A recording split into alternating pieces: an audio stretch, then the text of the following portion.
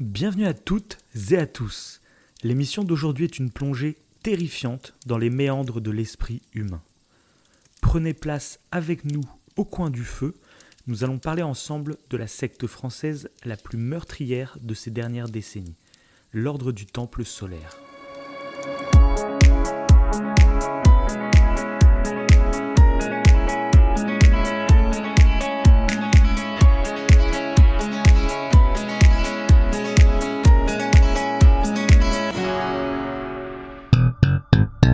Madame, Monsieur, bonsoir. Seule une sorte de folie et d'hystérie collective semble pouvoir expliquer le carnage qui s'est déroulé dans deux petits villages suisses à quelques dizaines de kilomètres de Genève.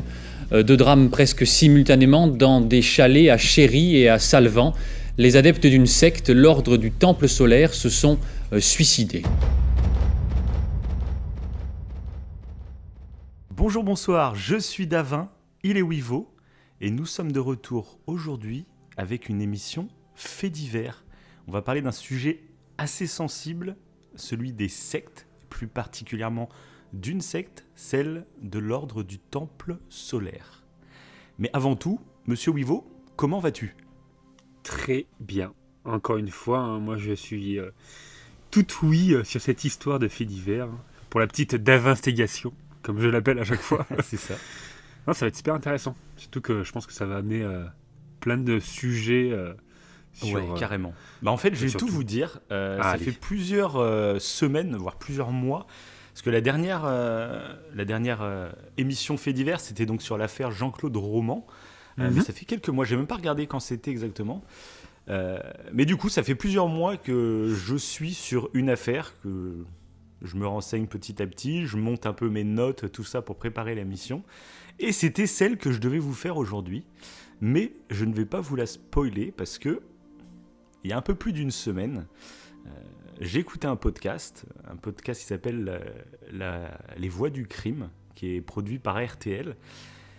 Et ce podcast revenait avec une personne qui a perdu dans une secte, à cause d'une secte, sa mère et son frère.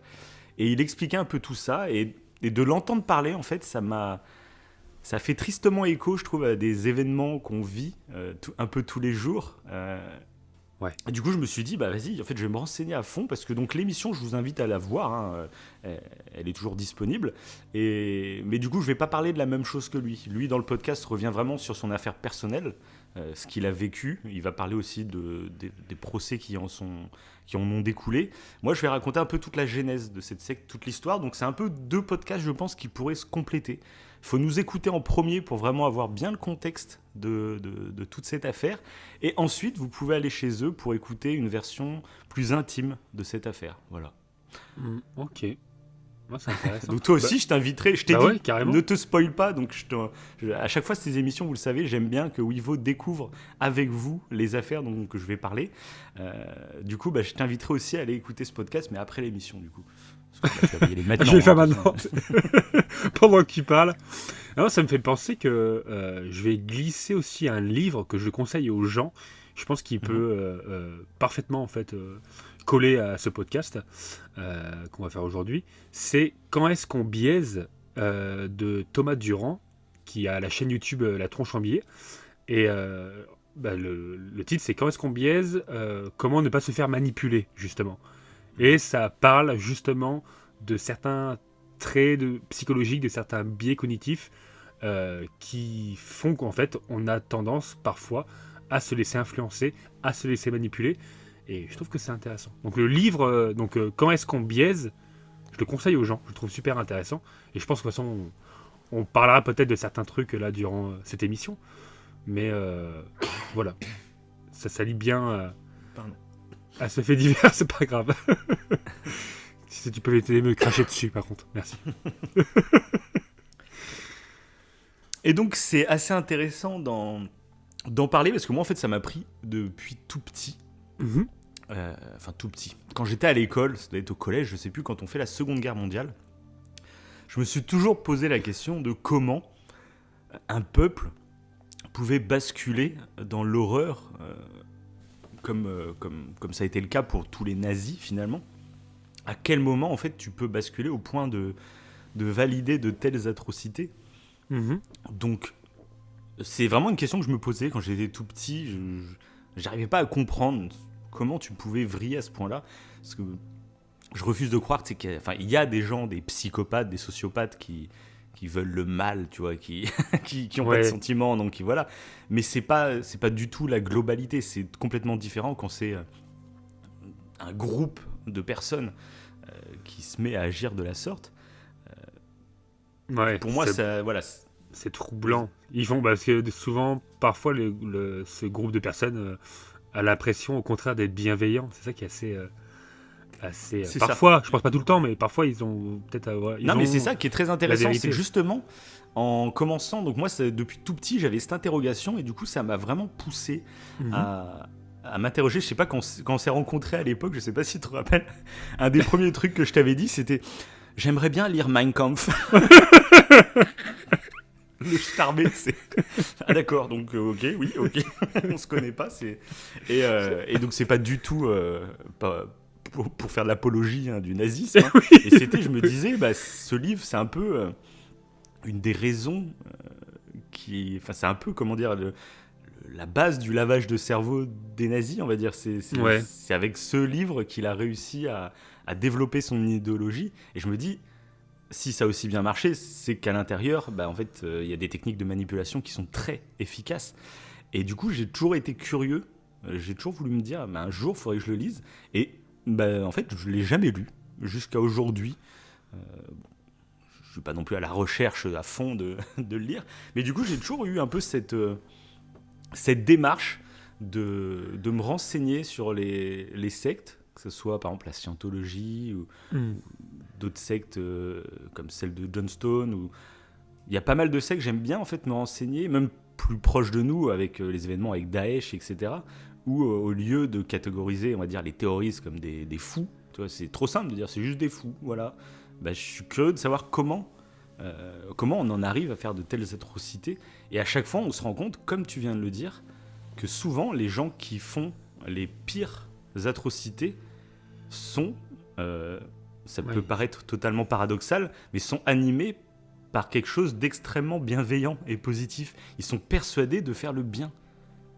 Ça me fait penser au mécanisme de base que j'avais du coup mis de coder sur les sectes, que j'avais trouvé, que je trouvais intéressant. Ouais, c'est totalement vas-y, ça. Justement, vas-y. Ouais. Parle-nous-en un peu, ouais. Parce que du coup, il y avait... alors, je sais plus quelle personne avait décrété ça. Moi, je l'ai vu. En fait, c'est une psychologue qui en a parlé. J'ai trouvé ça intéressant, du coup, d'en parler ce soir, quoi. Qui évoquait donc 3 mécanismes de base communs que les sectes utilisaient tous. Et c'était intéressant, du coup, de le savoir, parce que ça va rejoindre ce qu'on dit là. Donc, il y avait 3 choses. La première, c'est par ordre chronologique. La première, c'est de flatter une personne, en fait. De flatter une personne... Parce que souvent, comme tout le monde, en fait, on a tous besoin d'approbation. On a besoin de reconnaissance, on a besoin de... Voilà. Et du coup, le leader, il va nous flatter et nous... ça va nous attirer un petit peu. Et surtout, en plus, si on est quelqu'un d'un peu... Même pas, en fait. Non, j'ai envie de dire même pas. C'est un peu un cliché de dire que c'est des gens faibles, des gens qui sont souvent en dépression. Alors, c'est le cas pour certains, bien entendu. C'est le cas. On est en manque de reconnaissance ou quoi. On a besoin de quelque chose. Mais c'est pas tout le temps le cas. Hein. Des fois, c'est juste des gens qui veulent un plus dans leur vie, qui peut-être même prévoient un intérêt. Et je l'ai vu d'ailleurs. En fait, ce besoin d'approbation. En fait, on est tous amenés dans notre vie, on pourrait dire, entre guillemets, à être vulnérable à un moment donné, parce que peut-être on a eu un deuil dans notre famille, on a eu on a une remise en question totale de nous-mêmes, parce qu'on a une crise, je sais pas, de la quarantaine, je vais dire n'importe quoi. On a besoin de réponses à nos questions. Ou autre, on a des problèmes familiaux qui sont trop prenants.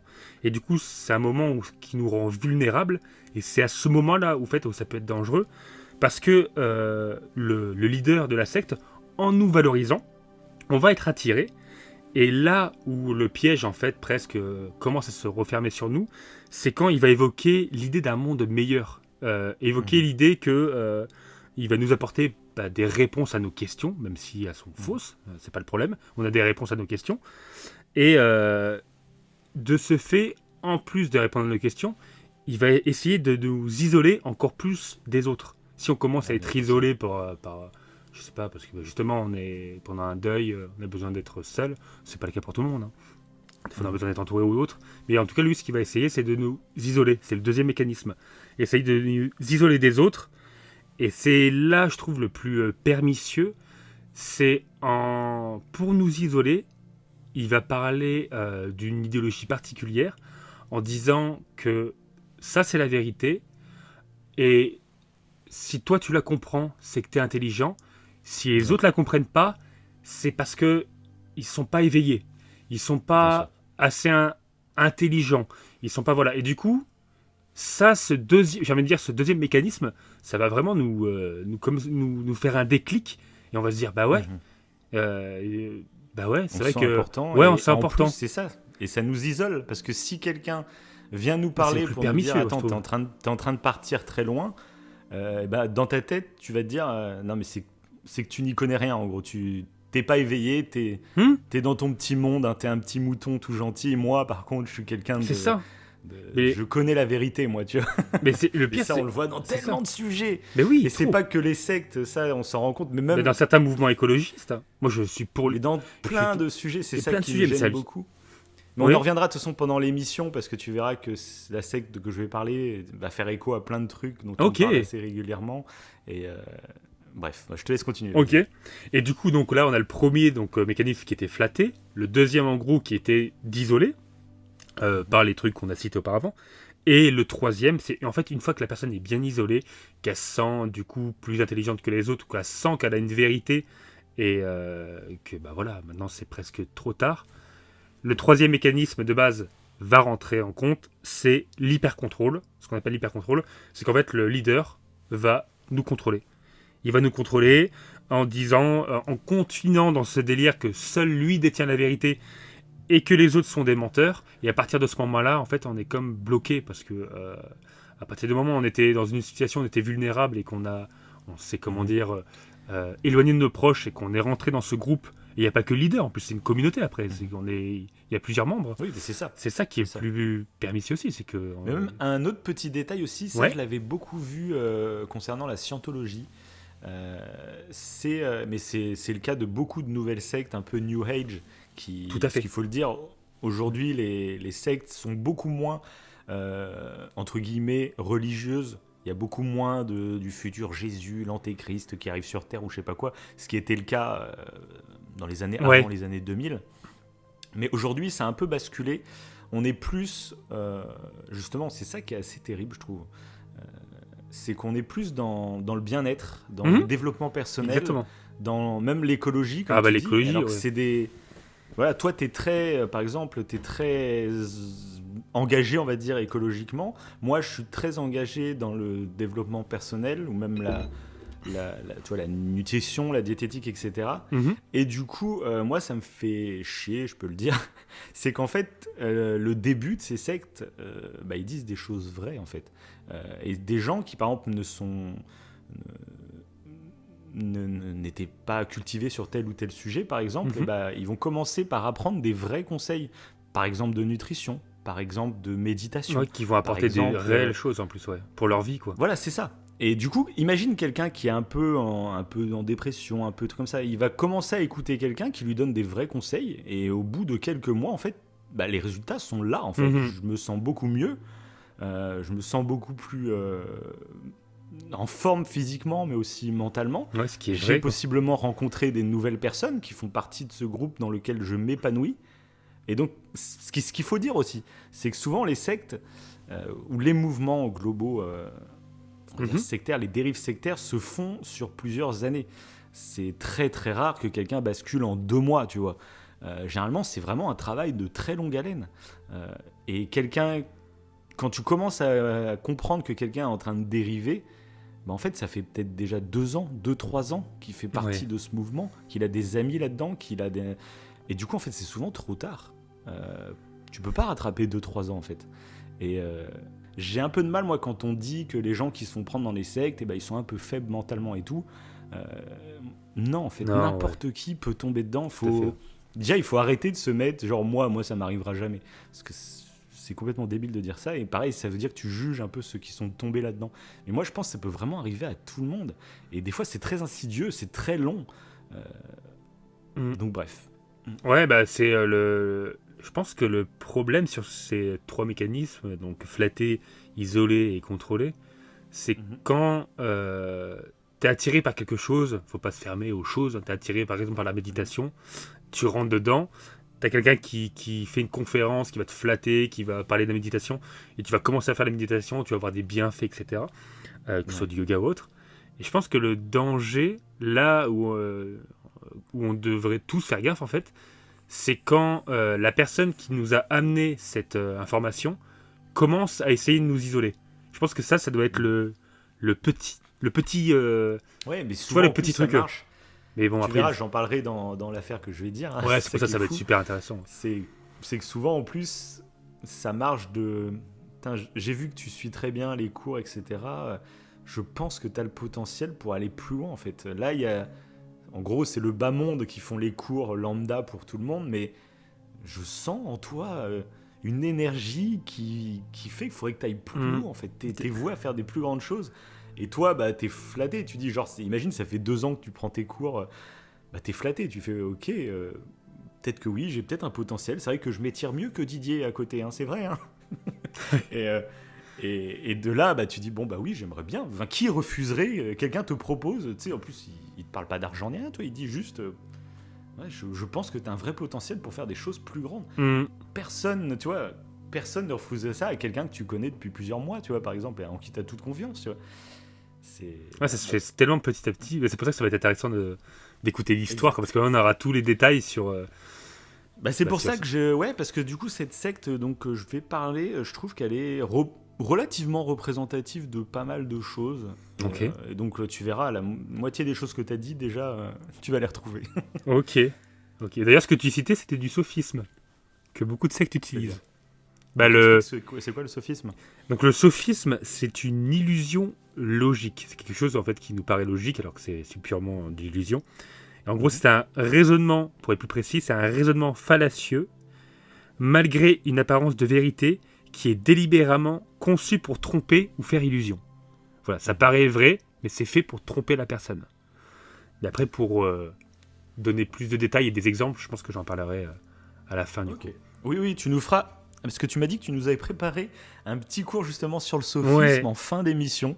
Ça, on va rentrer dans l'affaire maintenant. Oui, tout à fait, ouais. Je sais que vous êtes un peu là pour ça. Vous êtes là pour découvrir un peu cette affaire, ceux qui la connaissent pas, ou peut-être la découvrir sur un jour nouveau pour ceux qui la connaissent.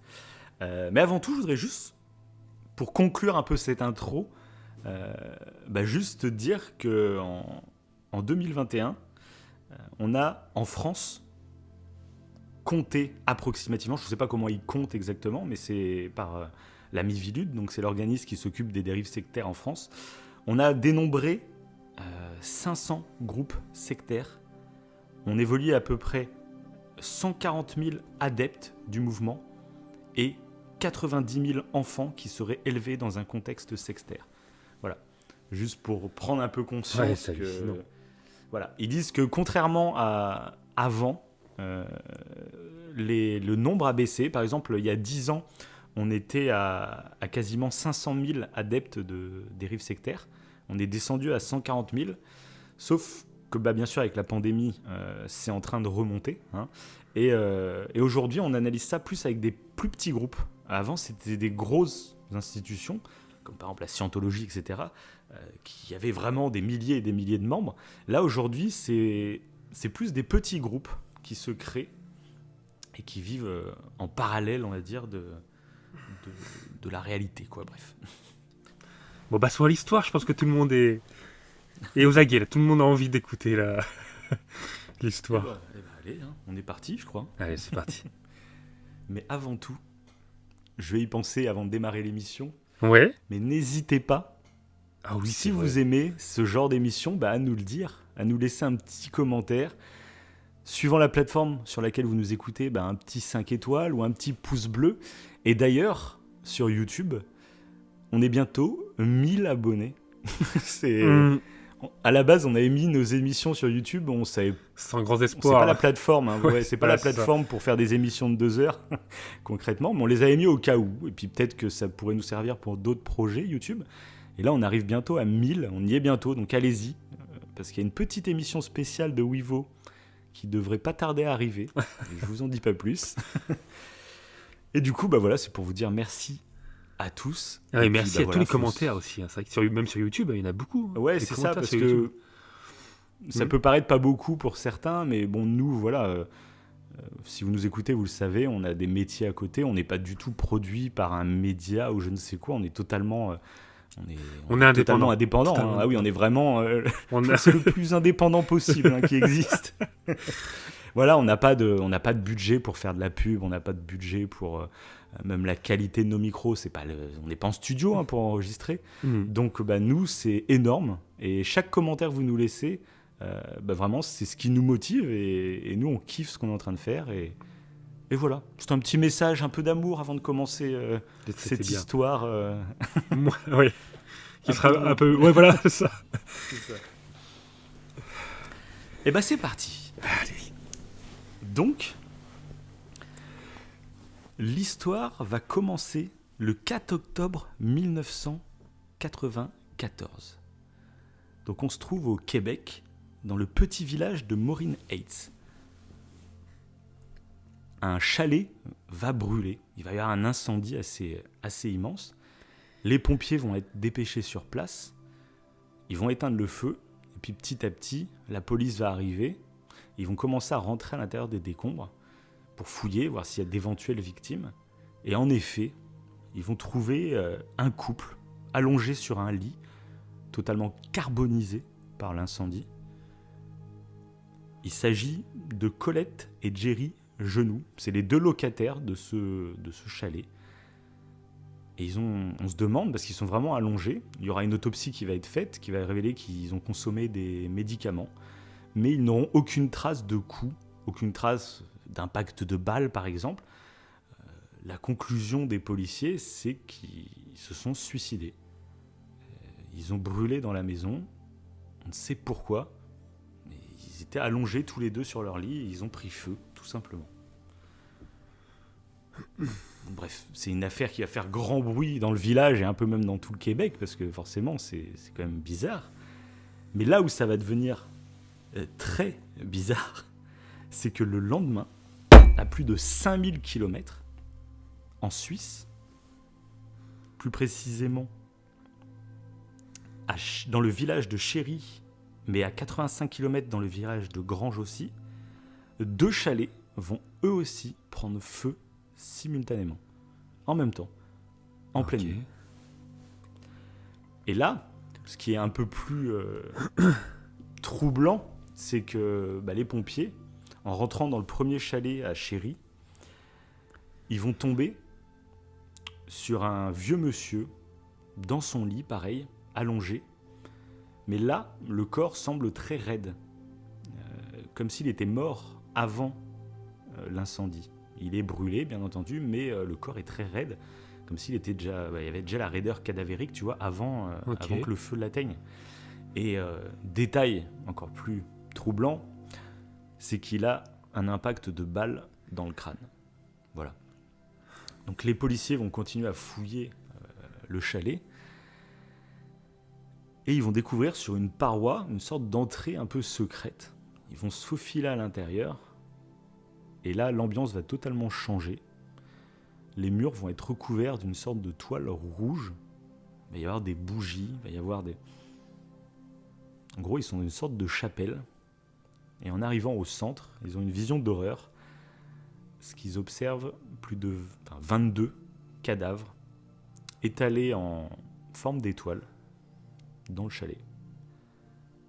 Tous morts, certains ligotés, certains avec des impacts de balles, certains avec des sacs poubelles sur la tête. Voilà. Et la chapelle était sous le chalet ? En fait, c'était enterré sous. Enterré, je sais pas, mais en tout cas, ouais, c'était un peu genre secret, tu vois. Ok. Dans l'autre, donc à 85 km, il y a un autre chalet donc, que je te disais qui brûlait aussi. Et à l'intérieur, là, carrément vraiment dans la salle principale, ils vont faire la macabre découverte de 25 cadavres. Un peu plus dispositionnés un peu n'importe comment, on va dire. Il y a par exemple une grand-mère qui est assise sur son fauteuil avec un sac poubelle sur la tête et complètement carbonisé. Il y a des enfants de 12, 11 ans qui sont allongés comme s'ils dormaient mais totalement carbonisés. Bref, ça va être... Là, ça va faire vraiment un bruit monumental. Surtout qu'on va s'apercevoir que le propriétaire de ces 2 chalets est aussi le propriétaire des 2 chalets voisins du couple au Canada. Ok. Donc là, forcément, bon, ça attire un peu. On crée un lien, on se dit mais qu'est-ce qui se passe ? Les policiers, du coup, vont retourner fouiller en détail la maison qui a brûlé au Canada. Ils n'avaient rien observé d'anormal, sauf qu'en visitant donc les maisons voisines, qui étaient vides, et qui n'avaient pas brûlé, ils vont découvrir en fait des dispositifs pour enflammer, on va dire, les maisons, mais qui n'auront pas marché. Voilà. Ça n'a pas marché, c'est pour ça que les maisons n'ont pas brûlé, les 2 maisons, mais ils vont découvrir personne dans ces 2 maisons. C'était vide, mais il y avait les installations pour tout faire brûler. Ils font, c'est quand même bizarre. Ils vont retourner dans la maison principale, là où il y avait le couple, pour fouiller. Et un des policiers, en fait, va remarquer dans un coin de pièce des petites gouttelettes de sang. Donc là, il se dit, bon, on va amener les experts avec le luminol et tout le truc pour voir s'il y a d'autres tâches qu'on ne verrait pas à l'œil nu. Et là, c'est la grosse surprise. En passant le luminol, ils se rendent compte qu'en fait, la pièce est remplie de sang. Il y a des gouttes partout, sur les murs, sur le plafond, sur le sol. On voit qu'il y a du sang qui a été lavé. On se dit, mais qu'est-ce qui s'est passé dans cette baraque ? Et donc, ils vont fouiller encore plus en détail. Et derrière des cartons, ils vont voir un petit placard, en fait, qui était caché par les cartons. Et en ouvrant le placard, ils vont découvrir 3 cadavres. 2 cadavres, une femme et un homme, et un bébé de quelques mois seulement. Le bébé a été lacéré d'une douzaine de coups de couteau et il a un pieu planté dans le ventre, au niveau du cœur. Et le couple a été frappé à la tête avec un objet contendant et ensuite ravagé de coups de couteau. Et ils ont été ensuite roulés dans un tapis et rangés donc dans ce placard. Donc voilà, c'est un peu... les gens sont totalement atterrés, on se demande ce qui s'est passé. C'est des villages, mais très tranquilles, tu vois. Et c'est les locataires, par exemple, au Canada, apparemment, c'était des gens à peu près normaux, hein, que c'était des employés de ménage qui s'entendaient bien avec à peu près tout le monde. Enfin, il n'y avait pas de souci, on se demande qu'est-ce qui s'est passé dans cette maison. Pareil en Suisse, la première maison était habitée par un vieux monsieur qui avait de l'argent, mais qui paraissait totalement normal, on va dire. Ouais. Bref, tout le monde se demande qu'est-ce qui a pu se passer. Et c'est là que va apparaître 2 noms. Celui de Joseph Di Mambro et de Luc Jouret. Donc ces 2 messieurs, je vais revenir un peu en détail sur eux deux, parce que c'est donc les propriétaires de toutes ces maisons. Ok. Voilà. Et a priori, ça serait les représentants d'un groupe ésotériste qui se nomme l'Ordre du Temple Solaire. Donc, c'est une association déclarée qui existe. Et on se demande du coup, est-ce que ce groupe n'aurait pas un lien avec ce qui s'est passé avec, Ouais. Forcément, tu te demandes. Et donc, je vais revenir un peu en détail sur ces 2 personnages qui sont assez intéressants. Et je vais commencer par le premier, Monsieur Joseph Di Mambro. Excusez-moi, je suis avec mes petites feuilles. Hein. Donc, Joseph Di Mambro, donc en fait, c'est un ancien bijoutier qui a été épinglé pour escroquerie. Il a fait 6 mois de prison. Et en sortant de prison, c'est quelqu'un qui a l'air d'avoir réfléchi, qui veut changer en sortant de prison. et qui va se découvrir un don de médium. Voilà. Donc il va commencer à se faire... Donc il habite dans le Gard, à Pont-Saint-Esprit. Voilà, si vous habitez là-bas, vous connaissez sûrement l'histoire. Donc il habite dans le Gard et dans son petit village, en fait, il va commencer à se créer une petite réputation de médium. En fait, il va commencer à créer des petits groupes autour de lui qui croient en ses dons de médium. Et il va se dire, ça serait bien que je développe un peu ça, tu vois. Et du coup, il va petit à petit créer des associations pour faire gonfler un peu son auditoire. Et il va faire la rencontre de Luc Jouret. C'est le deuxième personnage que je te parlais. Donc lui, contrairement au premier, donc à Joe DiMambro, qui est un peu trapu, il s'exprime pas très bien, tu vois, c'est un mec qui a un accent un peu très prononcé, tu vois, du sud. D'ailleurs, il y a pas mal d'enregistrements audio où on l'entend parler et il paraît totalement sympathique. Il y a pas de... C'est vraiment le petit papy que tu pourrais croiser n'importe où, tu vois. Mais voilà, c'est quelqu'un qui a du mal avec la lecture, qui s'exprime pas très bien en public, etc. Contrairement donc à Luc Jouret, qui lui, en fait, est conférencier. C'est un ancien médecin qui s'est un peu recyclé dans les médecines douces et alternatives comme l'acupuncture ou l'homéopathie. Ok. Et du coup, lui, par contre, c'est quelqu'un qui a un vrai bagou, qui sait vraiment bien s'exprimer et qui, en plus, est plutôt, on va dire, beau gosse, tu vois, il est bien propre sur lui. C'est vraiment, voilà. Et du coup, Joe DiMambro, du coup, va s'approcher de lui pour qu'en gros, ça devienne un peu sa vedette, un peu son truc marketing, tu vois, c'est lui qui va inciter les gens à venir. Le représentant. Ouais, c'est ça. Ouais. Ok. Et donc les deux vont bien s'entendre et leur association va faire des merveilles. Ils vont commencer par... alors ça aussi, j'étais pas trop au courant, j'ai appris un peu en découvrant sur cette affaire-là, c'est qu'il y a pas de sectes, c'est considéré comme des associations aussi. C'est souvent des descendants, par exemple, d'anciennes familles très, très importantes en France, des anciennes familles royales. Okay. Et eux, ils vont se rapprocher en fait d'associations de descendants de chevaliers des Templiers. Okay. Donc ça, c'est d'anciens moines soldats qui sont partis faire les croisades, tout ça. Enfin, tu sais, t'as déjà entendu un peu l'histoire. Et du coup, il y a des familles qui perpétuent un peu la tradition en continuant à faire des cérémonies pour rendre hommage à leurs ancêtres, en fait. Et Luc Jouret, en fait, va rentrer dans une de ces associations qui s'appelle l'ORT. L'OTS. Non, pardonnez-moi. L'OTS, c'est l'Ordre du Temple Solaire, je suis bête. Donc c'est l'ORT. Et, okay. Et en gros, il va faire très ami avec le leader de ce groupe. Et à la mort de ce leader, en fait, Luc Jouret va prendre le leadership de cette association en changeant drastiquement les préceptes, ce qui va déplaire à énormément d'adeptes de cette association, ce qui fait qu'il va vraiment y avoir une scission où en gros ceux qui ne sont pas d'accord en fait, vont créer leur propre association et puis Luc Jouret va continuer dans sa voie avec ceux qui veulent rester, on va dire.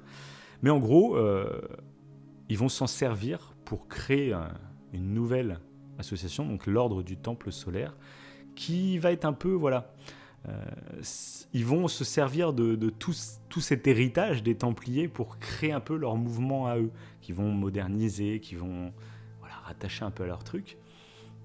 Et petit à petit, en fait, c'est là que c'est intéressant parce que ça me fait penser à ce que tu disais tout à l'heure.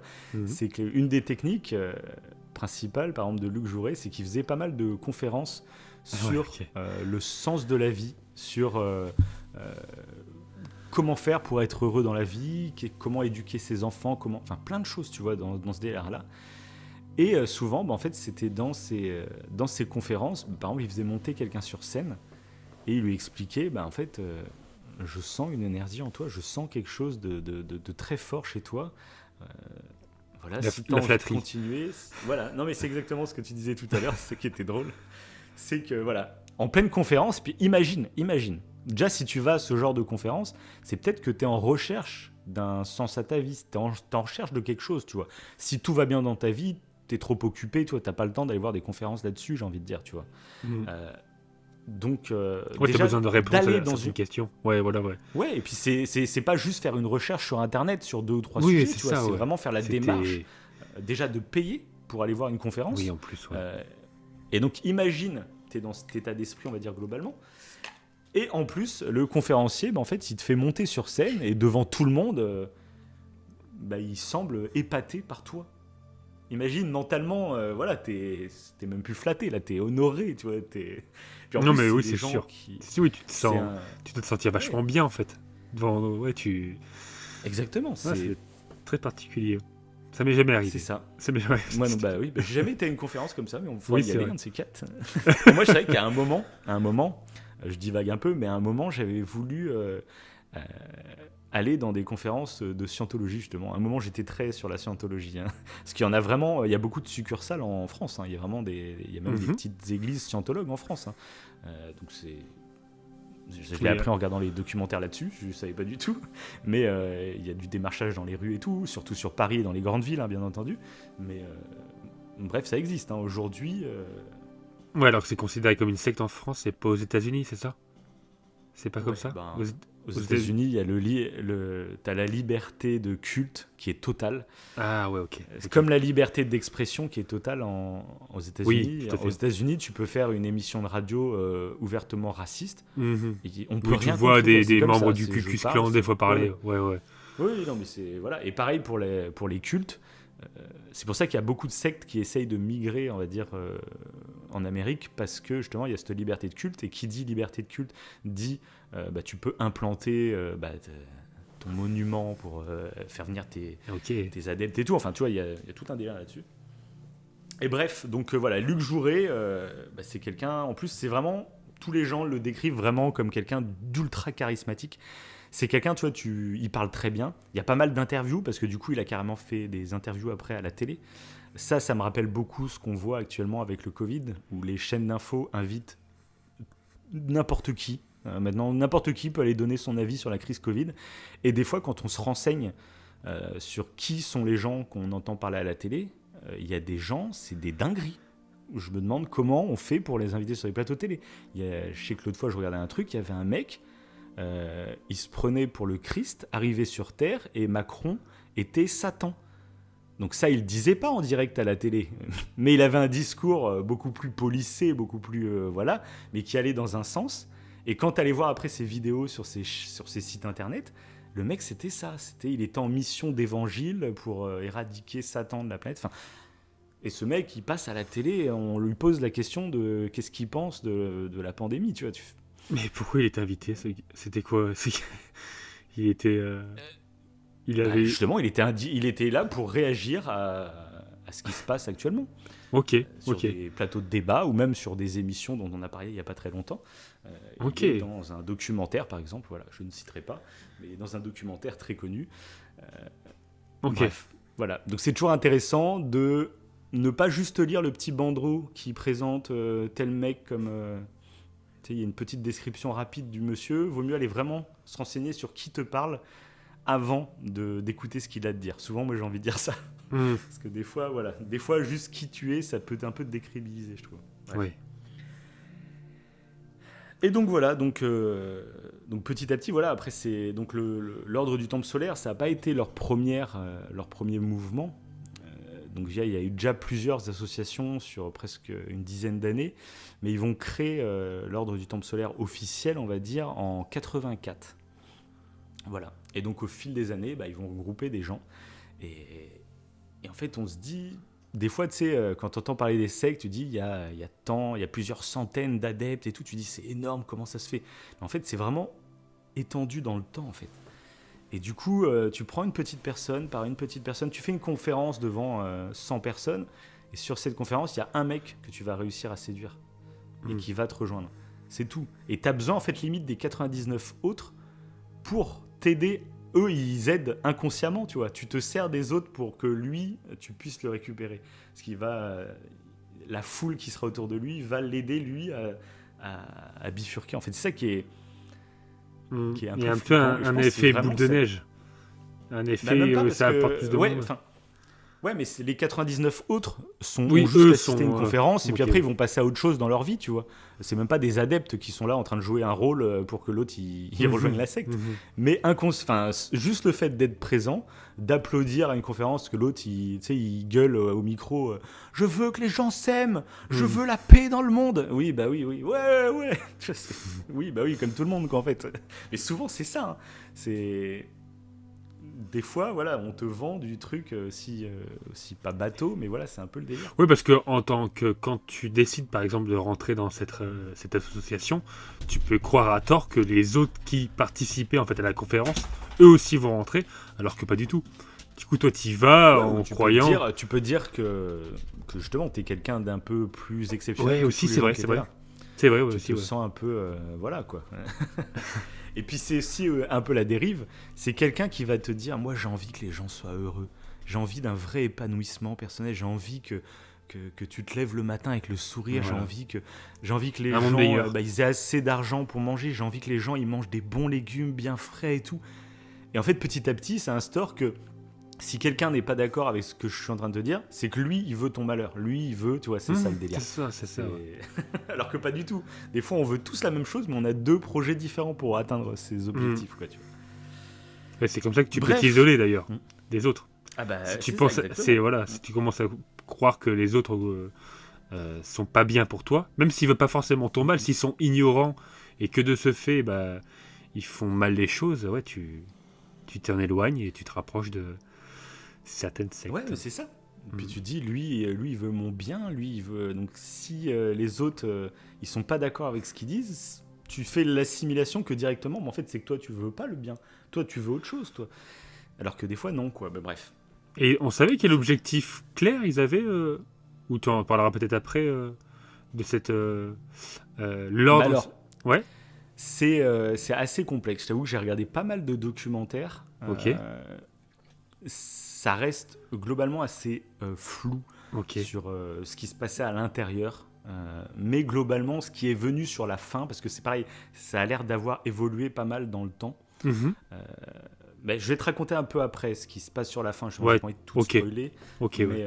bon, On en ça saura va plus bien- après, Ça quoi. va vite arriver. Hein, je ne vais pas rentrer en détail dans tous les trucs.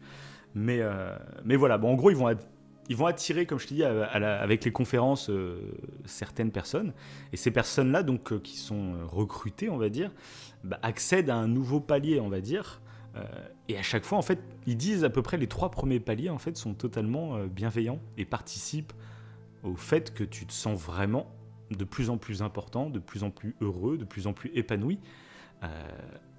Et au bout d'un moment, il y a l'autre truc, c'est le côté très sacré. C'est que petit à petit, ils vont organiser des vraies cérémonies, donc dans des lieux, dans des paroisses, etc. Ils vont avoir des déguisements, un peu des capes de templiers, des épées aussi. Ça peut paraître ridicule en fait vu de l'extérieur, mais ceux qui ont témoigné après, des anciens adeptes, t'expliquent qu'en fait, quand t'es dehors, ouais, ça te paraît complètement ridicule. Mais en fait, quand t'es dedans, Si tu te sens bien. c'est tellement fait petit à petit que Mhm. petit à petit, en fait, tu te sens prendre une importance. Et tu te sens même à un moment qu'on est un groupe d'élus sur Terre. On va guider l'humanité, en fait. On vient petit à petit. Et c'est ça qu'il faut comprendre, c'est que c'est tellement lent à venir. C'est pas en 2 semaines tu accèdes au truc. Des fois, ça te prend 5 ans. 5 ans où tu fais des efforts, et tu rencontres des gens, et tous les gens sont d'accord avec toi, tous les gens montent. Enfin, je te jure, moi, c'est vicieux, c'est... Voilà, je sais même pas comment je réagirais moi dans un cas de figure. Toi, tu sais même pas, quoi. C'est pour ça qu'il faut pas juger. Et bref, les cérémonies en plus, donc ça se passe dans les années 80. Aujourd'hui, je pense que ça paraîtrait ultra kitsch, mais à l'époque, en fait, attends, je regarde les noms. Joe DiMambro, j'ai pas envie de décorcher les trucs. Joe DiMambro, en fait, il va recruter un mec spécialisé un peu dans les effets spéciaux. Et en fait, il va mettre en scène, c'est un peu comme une prêche dans une paroisse, tu vois, il est devant ses adeptes, il y a une sorte de cérémonie, et il va utiliser des effets spéciaux. Alors, on n'a pas d'image de ça en particulier, donc je sais pas à quel point c'était cheap ou quoi, mais en tout cas, tous les adeptes, la plupart, y ont cru. Donc ça devait être quand même à peu près bien fait. Et il y a plusieurs exemples. Il y a par exemple, en fait, il explique que tous ces concepts, toutes ces idées, c'est pas lui qui les invente. En fait, c'est qu'il est guidé par une intelligence supérieure qu'il appelle les maîtres de Zurich. Et donc c'est des êtres qui sont au-dessus de l'humanité. C'est des êtres bien plus développés que nous, qui en fait ont pour but d'aider l'humanité. Parce qu'en gros, un truc aussi qu'on n'a pas dit dans beaucoup de sectes et dans beaucoup de discours, moi je me méfie dans pas mal d'idéologies, c'est le cas, c'est qu'en fait on t'attire pour deux raisons. Il y a deux raisons qui font que tu vas t'attirer, et la même c'est l'urgence. On t'attire dans un sentiment d'urgence, soit on approche de l'apocalypse, on approche d'un effondrement, on approche d'une catastrophe, donc vite, on te prend de court, tu n'as pas le temps de réfléchir, vite, c'est urgent. Et ça, c'est dans plein de sectes, dans plein même de mouvements politiques, hein. On va pas les citer, mais il y en a plein de mouvements qui reprennent ce concept de attention, c'est bientôt la fin, donc il faut faire quelque chose, parce que sinon... Et il y a l'autre truc qui est assez... ça, j'en avais parlé quand on avait fait l'émission sur les ovnis, et il y a, que j'ai remarqué que c'est dans beaucoup de cas aussi, c'est on est sur le point de t'annoncer la vérité. Genre pour les ovnis, c'est là, dans 2-3 ans, il va y avoir la grosse révélation que les ovnis existent vraiment, hein. Donc en gros, là, on te prend de court. Est-ce que tu as envie de rester dans les ignorants et puis le jour où ça va être prouvé, tu te sentiras con parce qu'on t'avait prévenu à l'avance, soit tu nous rejoins et tu feras partie de ceux qui connaîtront la vérité avant les autres, tu vois. Et ces deux techniques, je trouve que c'est les deux techniques principales aussi des sectes ou des mouvements un peu alternatifs, j'ai envie de dire. Voilà. Si vous remarquez ça dans l'argumentaire de quelqu'un qui vient vous parler, ces deux trucs, méfiez-vous. Voilà. Ouais, ça fait penser aux mouvements, certains mouvements écologistes qui vont parler de l'effondrement écologique, de la collapsologie, et ils vont utiliser ce sentiment d'urgence sur parfois des bases vraies. Voilà, c'est ça. Mais c'est ça qui est compliqué. Moi, j'aime pas parce que je sais que c'est un peu malhonnête de prédire l'effondrement total, l'apocalypse. Je sais moi, je déteste les gens qui veulent me faire peur, qui essayent de me convaincre en m'effrayant. Moi, je te dis, je déteste ça parce que je trouve ça malhonnête. Tu peux me convaincre de plein d'autres manières, mais je déteste quand tu cherches à me faire peur. Voilà. C'est encore du sophisme, d'accord. D'ailleurs, l'appel à la peur, ça s'appelle. Voilà, c'est ça. Donc bref, c'est le cas dans le temple solaire, hein. On nous prédit donc une apocalypse. Vraiment, c'est bientôt. En plus, c'était justement, il y a eu beaucoup de mouvements sectaires apparemment juste avant les années 2000, parce que il y avait cette croyance que l'année 2000, en fait, il allait se passer quelque chose. Tu passes pas d'un millénaire à un autre sans qu'il se passe rien, tu vois. Il va se passer quelque chose de très important. Et donc, il y avait beaucoup de mouvements sectaires qui prédisaient l'apocalypse. On en avait parlé aussi dans l'émission sur Ligonesse, d'ailleurs. Donc, pareil, il y avait une apocalypse de prévue. Oui, tout à fait, ouais. Dans les années 90 et quelques, quoi. Et du coup, voilà.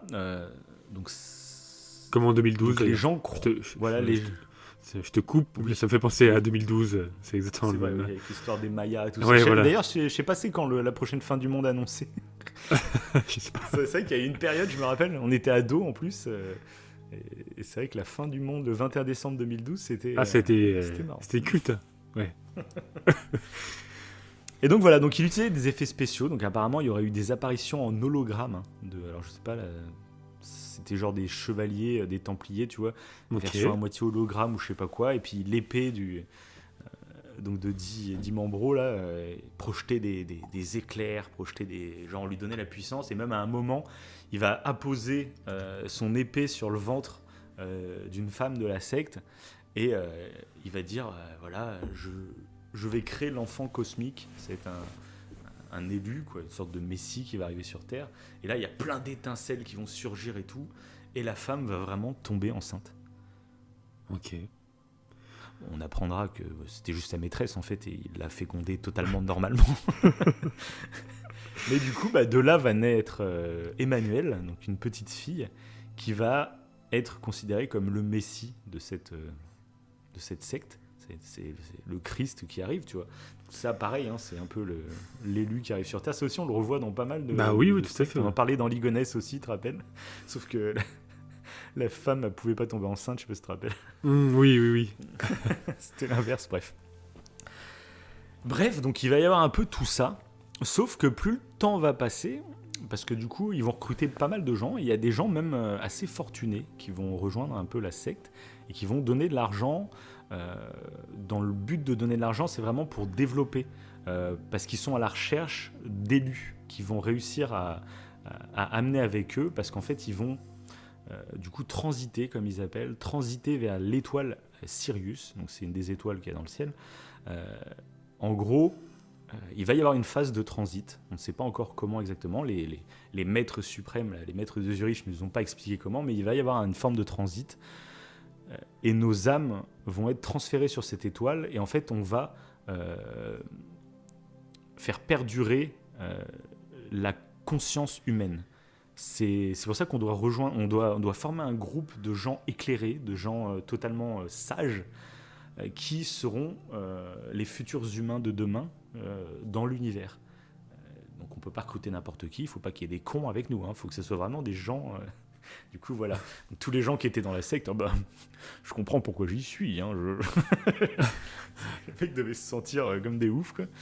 Mais bon, c'est ce qui entretient le truc, c'est qu'ils étaient du coup tout le temps flattés, comme tu disais. Ouais, c'est ça, toujours. Ouais. D'être vraiment l'élite de l'humanité, tu vois. Et du coup, il y avait des gens qui avaient de l'argent, qui donnaient pour aider à financer tout ce projet et tout. Sauf qu'on se rendra compte plus tard que bon, l'argent, c'était surtout pour les chefs, leur permettre de faire des tours du monde en première classe. Oh, putain. Okay. On s'en rendra compte plus tard de ça. Et petit à petit, les gens à l'intérieur de la secte vont aussi commencer à s'en rendre compte, en fait. Petit à petit, en fait, il va commencer à y avoir pas mal de débats. Des gens qui vont commencer à parler et puis à dire, bon, ça va où toute cette histoire? Ça marche pendant un certain temps quand tu es en train de monter. Tu montes. Mais au bout d'un moment, tu dois stagner parce que, en fait, il n'y a rien quoi, derrière, les gars. Et du coup... là, c'est là que ça commence. Il y a eu un peu des petites disputes qui ont commencé à se créer, tout ça. Et je prendrais en exemple. Alors, je l'ai mis où? Ça, c'est le problème de prendre ses notes un peu n'importe où. Voilà. Il y a la famille Dutoit. Donc, c'est très intéressant cette histoire parce que la famille Dutoit, donc Niki et Antonio Dutoit, c'est deux personnes, donc deux adeptes de la secte. Niki, c'était la gouvernante de la petite Emmanuelle, donc sa nourrice, quoi, en gros. Et donc, elle aimait passionnément cette petite fille, en plus, comme c'était la Messie, tu vois, voilà. Et elle va tomber enceinte, donc, de Antonio. Et elle va décider, en fait, elle va en parler à Dimambro, elle va lui dire, écoute, moi, je serais honoré que, donc, mon fils, je serais honoré que je l'appelle aussi Emmanuel. La fille s'appelle Emmanuel, mon fils, j'aimerais qu'il s'appelle Emmanuel aussi, tu vois. Et Dimambro, il fait, non. Emmanuel, c'est l'élu, personne ne peut s'appeler comme elle, tu vois. Et Niki, en fait, à la naissance de son fils, elle va l'appeler Christopher Emmanuel, en deuxième prénom. Et de là, ça va créer des grosses disputes avec Dimambro, qui va même commencer à faire tourner dans la secte le fait que le fils de Niki et d'Antonio soit l'antéchrist. Et justement, c'est...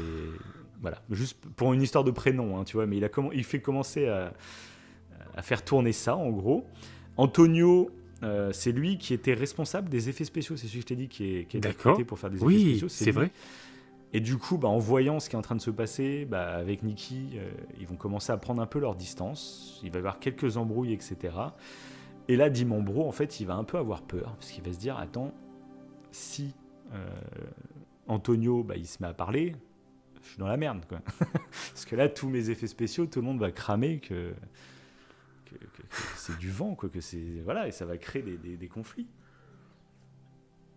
Donc, il va y avoir d'autres embrouilles. Par exemple, ils vont vouloir s'installer, du coup, au Canada pour développer un peu l'organisation là-bas. Sauf qu'il va y avoir quelques problèmes avec la justice, notamment Luc Fourré, justement, qui va essayer d'obtenir des armes pour protéger un peu, parce que c'est toujours comme ça aussi, quand tu t'implantes quelque part, après, il va falloir défendre contre les autres. Donc, il y a des achats d'armes qui vont être faits illégalement, et du coup, Luc Fourré va risquer la prison. Et donc, du coup, ça donne un éclairage nouveau. La police va commencer à se renseigner sur l'organisation. voilà, petit à petit, en fait, ça commence à sentir un peu le moisi, tu vois.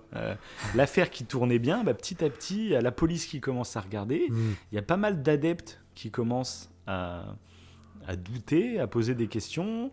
Il y a même certains adeptes, du coup, qui demandent des comptes sur l'argent qu'ils ont donné, qui était censé leur revenir plus tard, une fois qu'il y aura eu des bénéfices de fait mais l'argent ne revient pas. Donc il y a des gens qui commencent à demander de l'argent aussi. Bref, ça commence à tourner au naufrage. Et là, donc, on n'aura jamais vraiment la réponse, mais les anciens partisans qui ont survécu donc au massacre que j'ai cité en début d'émission pensent que globalement, en fait, Dimambro, c'était quelqu'un de très imbu de lui-même, et il s'imaginait pas finir par exemple sa vie en prison, ou finir sa vie à fuir, finir sa vie complètement... que les adeptes qui ont cru en lui, en fait, se retournent et le prennent pour un escroc, ce qu'il est finalement.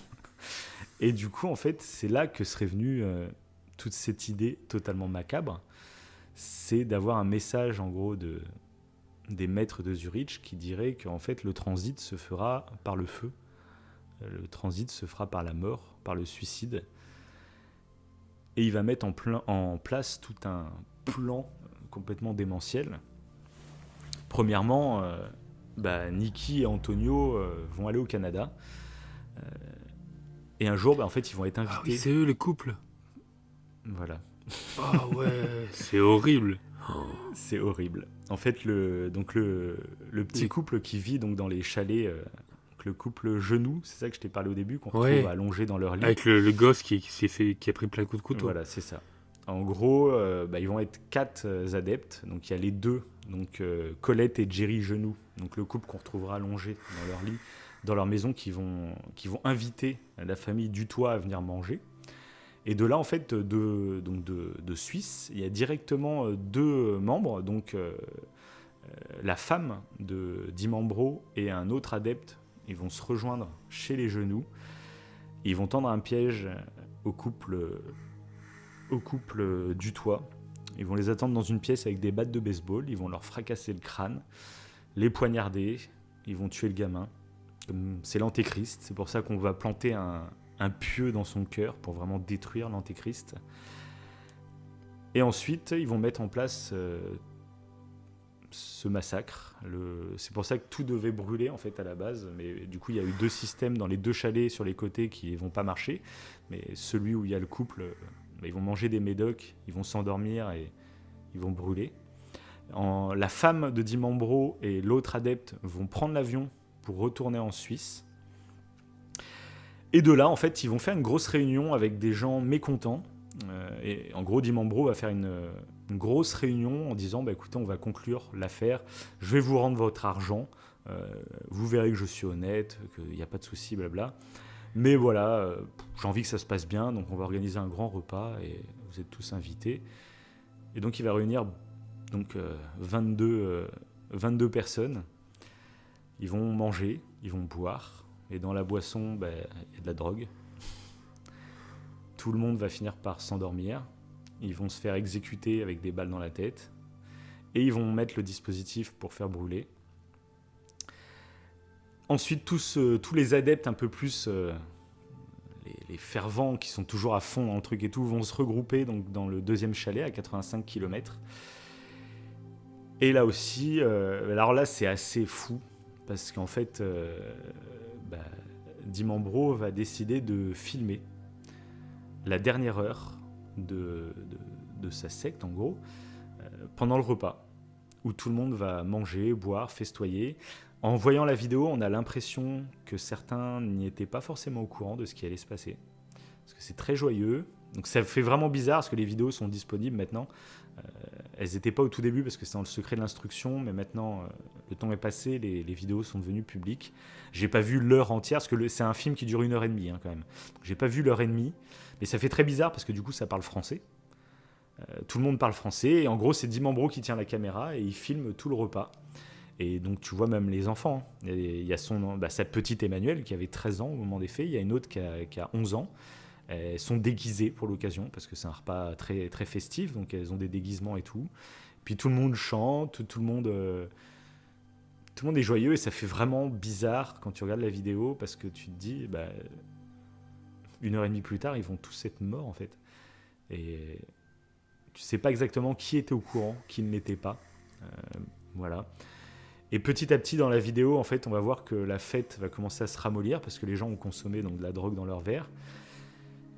Il y a même dès qu'ils vont s'endormir, il y a des trucs très glauques. C'est par exemple les 2 gamines vont apparaître sur la vidéo au moment où elles sont endormies parce qu'elles ont dû se coucher en première tellement elles étaient crevées avec les somnifères. Et en fait, on va retrouver les 2 gamines exactement dans la même position plus tard, mais carbonisées. Mais sinon, c'est la même position, au même endroit, allongées, en train de dormir.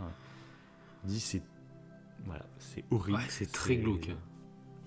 Et du coup, dans les cadavres qu'on va retrouver dans ce chalet, on va retrouver celui de Luc Fourré et Luc Jouret, excusez-moi, avec tous les noms, tu sais, c'est trop, tu te mélanges. Et tu trouveras aussi donc Joe Dimambro, tu trouveras sa femme, enfin tu trouveras tout le monde. Et c'est là que toute la secte va être dévoilée un peu au grand jour, parce que ça paraît surréaliste ce qui se passe. On se demande comment des gens, et puis c'est là qu'arrive le moment où on découvre ça. On dit c'est une secte, qu'ils ont fait un suicide. Parce qu'au début, on croit que tout le monde s'est suicidé volontairement en plus. C'est ça le délire, tu vois. Après, même aujourd'hui, en fait, on ne sait pas qui ce sont. On pense du coup que la première maison, ils ont tous été exécutés, ils ont tous des balles dans la tête et tout, donc voilà. Mais dans le deuxième groupe, on se demande qui était au courant finalement, quoi. Même aujourd'hui, on ne sait pas exactement, tu vois. Et bref, ils vont tous partir, et à partir de là, en fait, au Canada, ils vont classer l'affaire sur un non-lieu. En Suisse, ça va être pareil, parce qu'en gros, ils vont se dire, on sait en gros ce qui s'est passé, les responsables, ils sont morts aussi. Donc en gros, on était plus dans un délire mystique où tous ceux qui sont morts, en fait, finalement, même s'ils se sont fait tuer, mais ils étaient en gros d'accord, ça suivait la logique de leur truc. Et du coup, en fait, il n'y a pas eu de procès, il n'y a rien eu. Même si il y a un personnage qui va faire un peu parler de lui. Donc lui aussi, j'ai besoin de son nom noté. C'est Michel Tavajnik. Donc qui c'est ce Michel Tavajnik ? Donc toi qui es un féru de musique classique, tu le connais. Oui. Ouais, je l'ai dit. Donc c'est qui alors ? Sa partition, c'est No One Cry. Michel Tavajnik, c'est un chef d'orchestre qui est très connu dans le milieu de la musique classique. Donc moi, je t'avoue que je ne connaissais pas non plus. Très réputé. Et on va se rendre compte en fait que ce monsieur, c'était un grand ami de Dimambro. Et on se rend compte que même l'association juste avant l'ordre du Temple solaire, il l'avait créée avec Dimambro. Donc c'est, je l'avais noté aussi quelque part. Je sais plus exactement.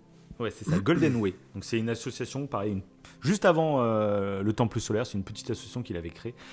Il l'avait créée du coup avec ce Tavajnik. D'accord. Et ensuite, il y a pas mal de journalistes qui vont enquêter sur tout ça, qui vont dire, mais monsieur Tavajnik, vous avez fait partie de l'ordre du Temple solaire. Et là, Tavajnik, il va faire des interviews télé et tout pour dire, ah non, moi... Je connaissais Dimambro, c'était un ami, mais je n'étais pas du tout au courant de ce qu'il faisait. Voilà. Bon. Sauf qu'il y a les journalistes qui vont arriver. Mais en fait, on a trouvé des photos dans les chalets, dans tout ça. Regardez, là, il y a des photos. Donc ça, c'est vous à une cérémonie de l'ordre solaire. D'accord. Et du coup, là, Tavajnik, il va faire...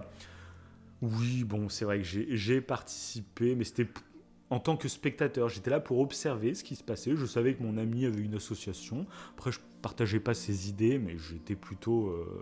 curieux, c'est un ami, j'ai envie de voir ce qu'il fait. C'est trop bizarre. Alors, monsieur Tavajnik, on a d'autres photos. Donc là, on vous voit avec une robe de Templier.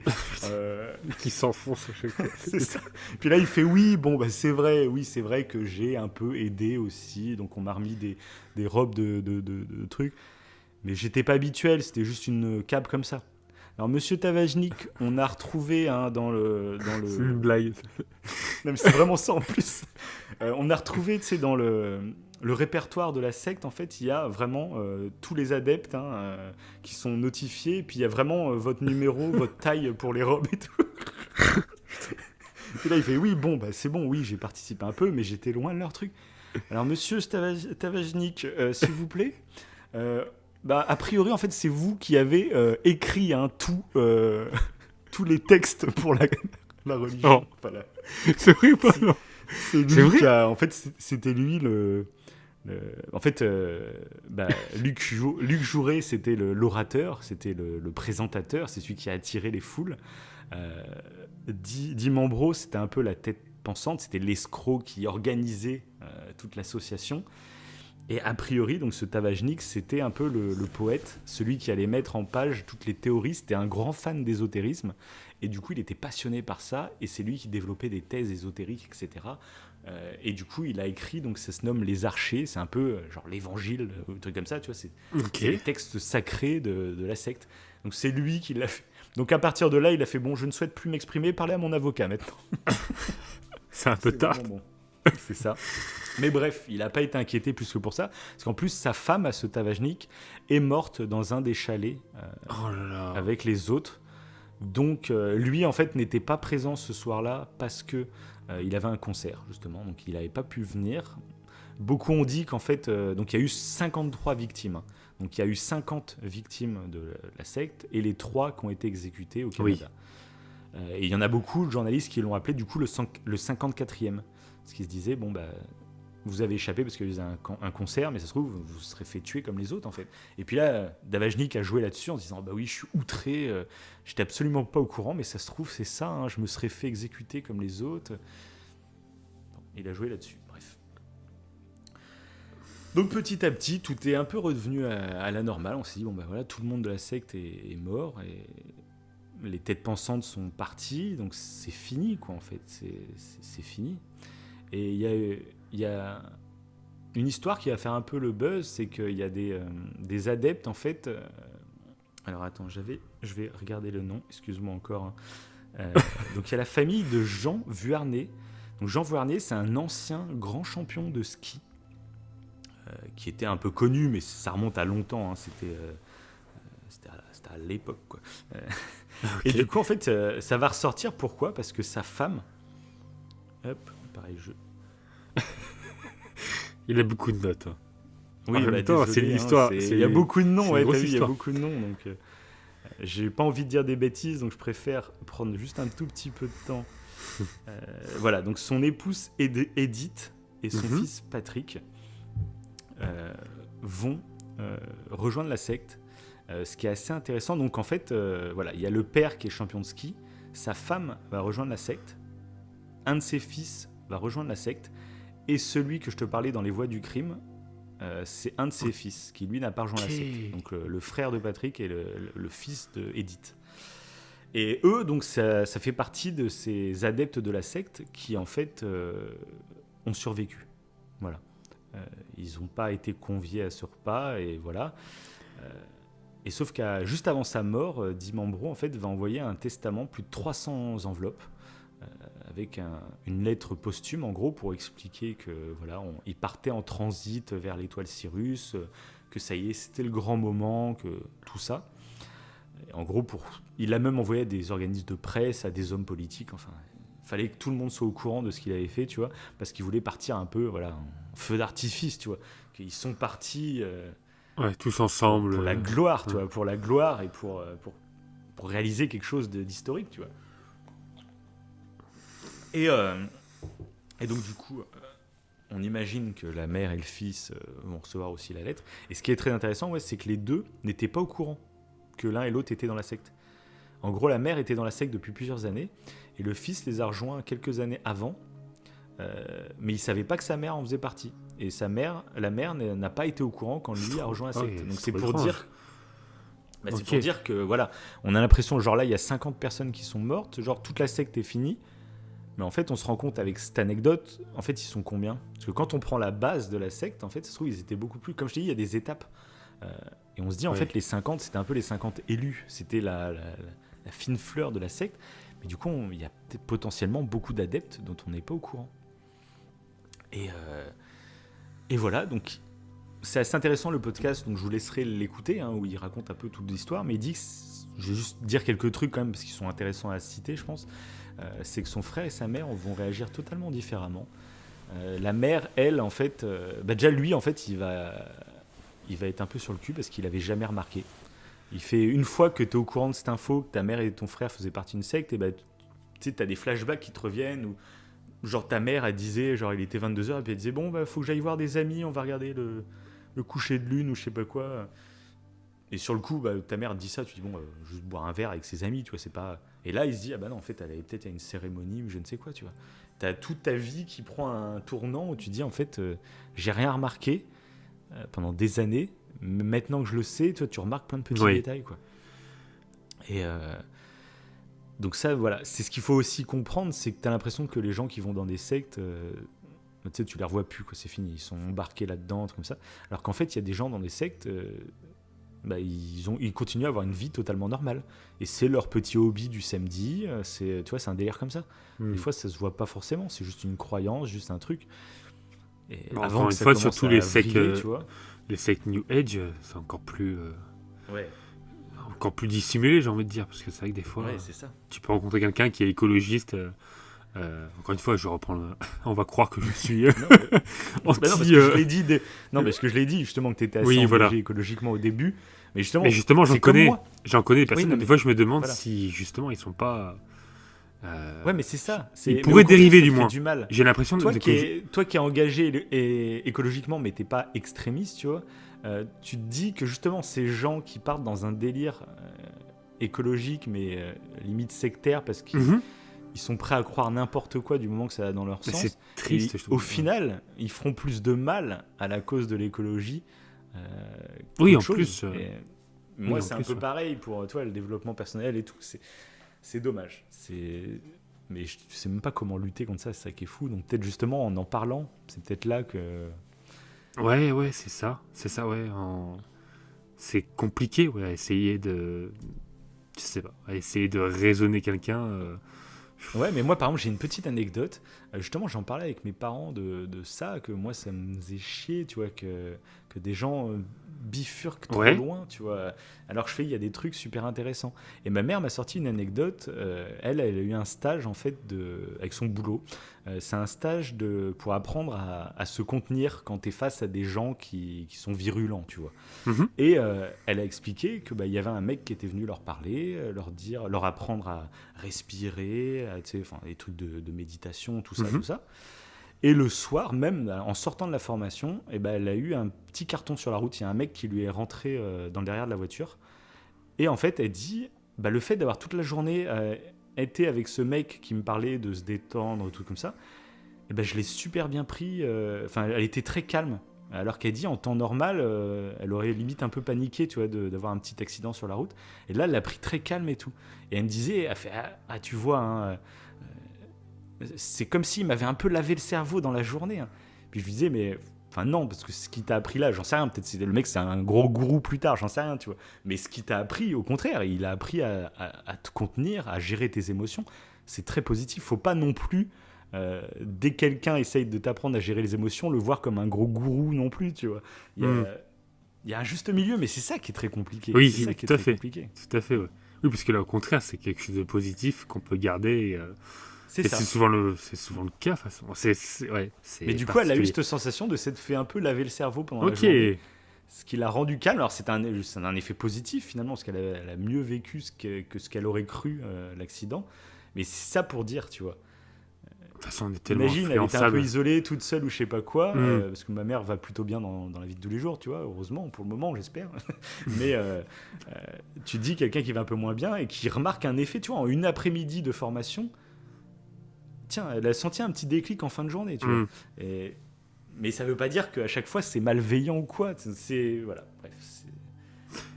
D'ailleurs, ça me fait penser à un truc, pour essayer de raisonner quelqu'un.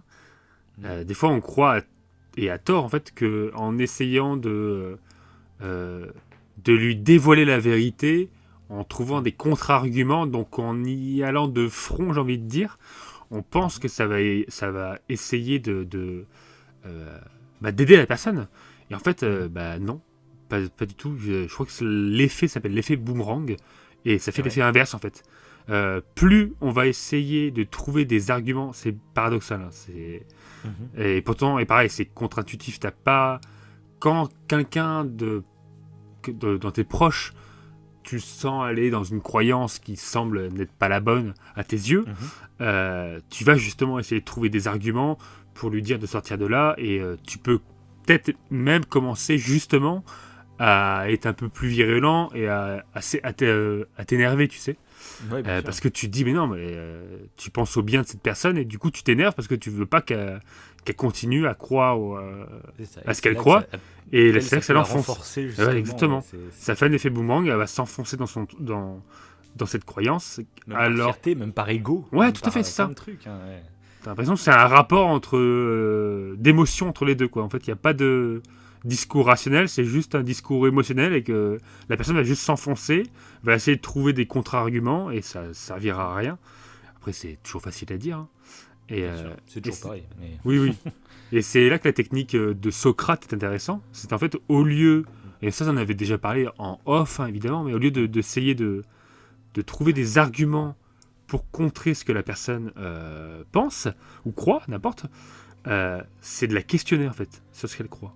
Et comme un peu comme les enfants parfois qui disent pourquoi, et t'es tout le temps obligé de développer en fait sur un sujet qui peut paraître bête, mais ça devient super compliqué à expliquer du coup, parce que l'enfant va super loin. Et c'est un peu le même délire d'essayer de pousser la personne dans ses retranchements, en n'étant pas bête, mais en étant curieux de savoir pourquoi la personne pense ça, pourquoi ceci, pourquoi cela. Et c'est comme ça que parfois la personne, en se remettant en question elle-même, parce qu'elle se rend compte que ce qu'elle pense n'est peut-être pas Des assez fois, fondé. c'est ce qu'on dit assez souvent, en fait. C'est super important de prendre du recul. Mhm. Tu prends du recul et t'analyses un peu de loin ta propre vie, tu vois, tes propres choix. Ouais, tout à fait, ouais. En dehors des émotions que tu peux ressentir sur le coup, quoi. Et peut-être c'est vrai qu'en posant des questions, la personne, elle est dans le jus de ce qu'elle est en train de faire, elle se pose même pas les questions Ouais. qu'il faut. Et en lui posant des questions, ça lui permet de prendre du recul, et peut-être, mais encore, c'est même pas une solution miracle, hein. Non, pas du Je tout. pense qu'il n'y a pas de solution Pas du miracle tout. de toute façon, mais c'est très compliqué. J'espère jamais être confronté à ce genre de truc, moi, parce que tu Mais, dois te sentir coupable en plus. Ça doit Oui. être quelque chose. mais ça serait apparemment mieux que d'essayer de confronter. Et c'est d'ailleurs Étienne Klein qui avait sorti, je trouve ça intéressant de le citer par rapport à ça, qui disait Ouais, qu'à bien la sûr. base, la notion de débattre, c'est justement d'éviter de se battre.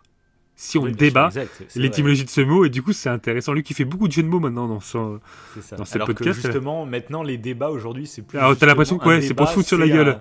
c'est une guerre de Ça. coq, quoi. C'est une guerre Ah ouais, de mais coq, trop. alors que justement, non, c'était. C'est totalement l'inverse, normalement. Mais bon, après, C'est voilà. ça. Bref, je continue ma petite histoire. Oui, parce qu'on a dérivé un peu. Et donc, je reviens donc avec la famille Vuarnet, hein, du coup. Mhm. Donc la mère, elle, va commencer à dire à son fils, non mais t'inquiète pas, j'avais pas conscience que ça allait aussi loin. Moi, j'étais pas du tout d'accord avec ce genre de suicide et tout. Non, moi, ça m'horripile. Je me suis fait avoir. Enfin, tu vois, elle part un peu dans un délire comme ça. Ok. Son frère, lui, apparemment, il vit en Suisse, son frère, et donc, apparemment, il a fallu le forcer pour qu'il revienne en France pour discuter qu'est-ce qui s'est passé, est-ce que tu étais au courant et tout. Et il sent son frère un peu triste, un peu mélancolique. Il se demande un peu pourquoi tu es comme ça, qu'est-ce qui se passe. Et son frère finit par lui dire, en fait, je suis un peu deg de ne pas avoir été convié, en fait. Est-ce que je suis moins important que ceux qui sont partis, tu vois? Et bref, c'en est resté là. Il s'est dit, bon, il va faire le deuil de ce truc, tu vois. Il va comprendre petit à petit. Mais 14 mois plus tard, donc en décembre 95, un chasseur dans le Vercors fait sa balade quotidienne dans la neige et sur un parking non loin d'une montagne où il y a des balades de randonnée et tout, il aperçoit 4 voitures garées. Il se dit bon, c'est des gens qui sont partis en randonnée, bon, voilà quoi. Il repasse le lendemain, les voitures sont encore là. Il se dit bon, le lendemain, elles sont encore là, bon. Au bout de 8 jours, les voitures sont toujours là, et là il se dit bon, je vais quand même appeler la gendarmerie pour les prévenir, quoi. La gendarmerie arrive. Ils décident, en pensant que c'est peut-être des randonneurs qui sont perdus dans les bois ou je ne sais quoi, d'envoyer des hélicos. Et après plusieurs heures de survol de la forêt, ils vont réussir à apercevoir en fait une sorte de brasier, des traces de brûlés dans la forêt. Ils vont se rapprocher et là ils vont apercevoir 16 corps, 16 personnes étalées en étoiles.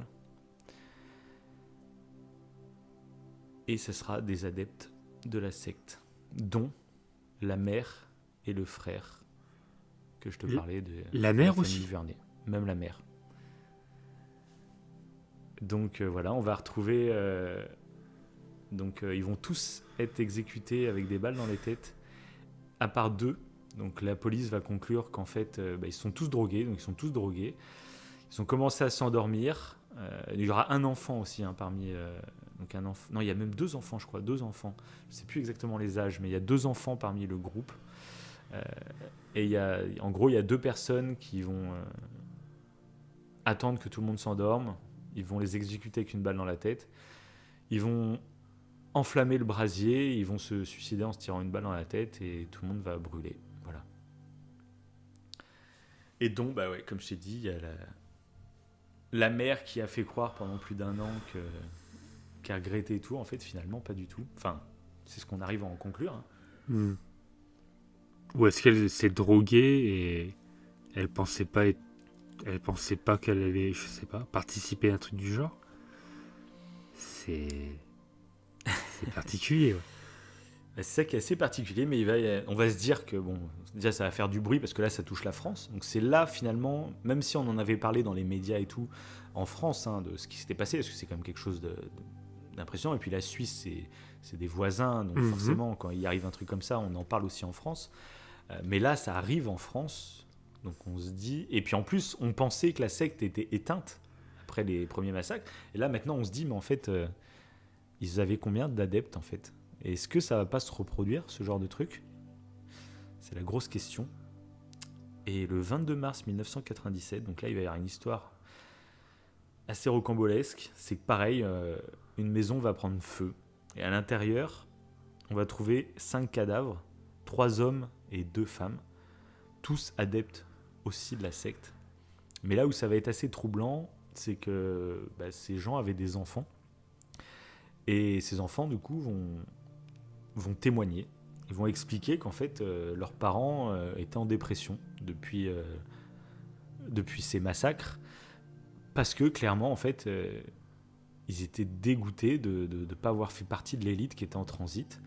Et dans la lettre posthume que le gourou avait envoyée, il disait que si d'autres étaient prêts à faire le transit, on les accueillerait à bras ouverts. Et du coup, les enfants ont expliqué que leurs parents, en fait, ça faisait plusieurs mois qui projetaient de se suicider. Que c'était prévu, en gros. Et un soir, donc 3 jours avant que le chalet prenne feu, la petite, en fait, va se réveiller en pleine nuit et pour aller boire, pour aller au WC, je ne sais pas. Et en fait, en sortant de sa chambre, elle va se mettre à tousser parce qu'elle sent une odeur de gaz immonde, quoi. Puis elle descend et puis elle voit qu'il y a une bouteille de gaz qui est allumée. Elle la ferme. Bref, elle va boire et elle retourne se coucher. Le lendemain, le père, il sort et puis il explique, en fait, c'était cette nuit qu'on devait tous partir. Mais t'as éteint le gaz, en fait, donc t'as évité ça. Mais par contre, cette nuit, on va retenter l'expérience, voilà. Et là, les 2 enfants, ils se disent, non, en fait, nous, ils ont été élevés dans cette croyance, donc ils y croient, mais ils disent, nous, désolé, mais on n'a pas envie de mourir, en fait. On n'a pas envie de faire le transit, quoi.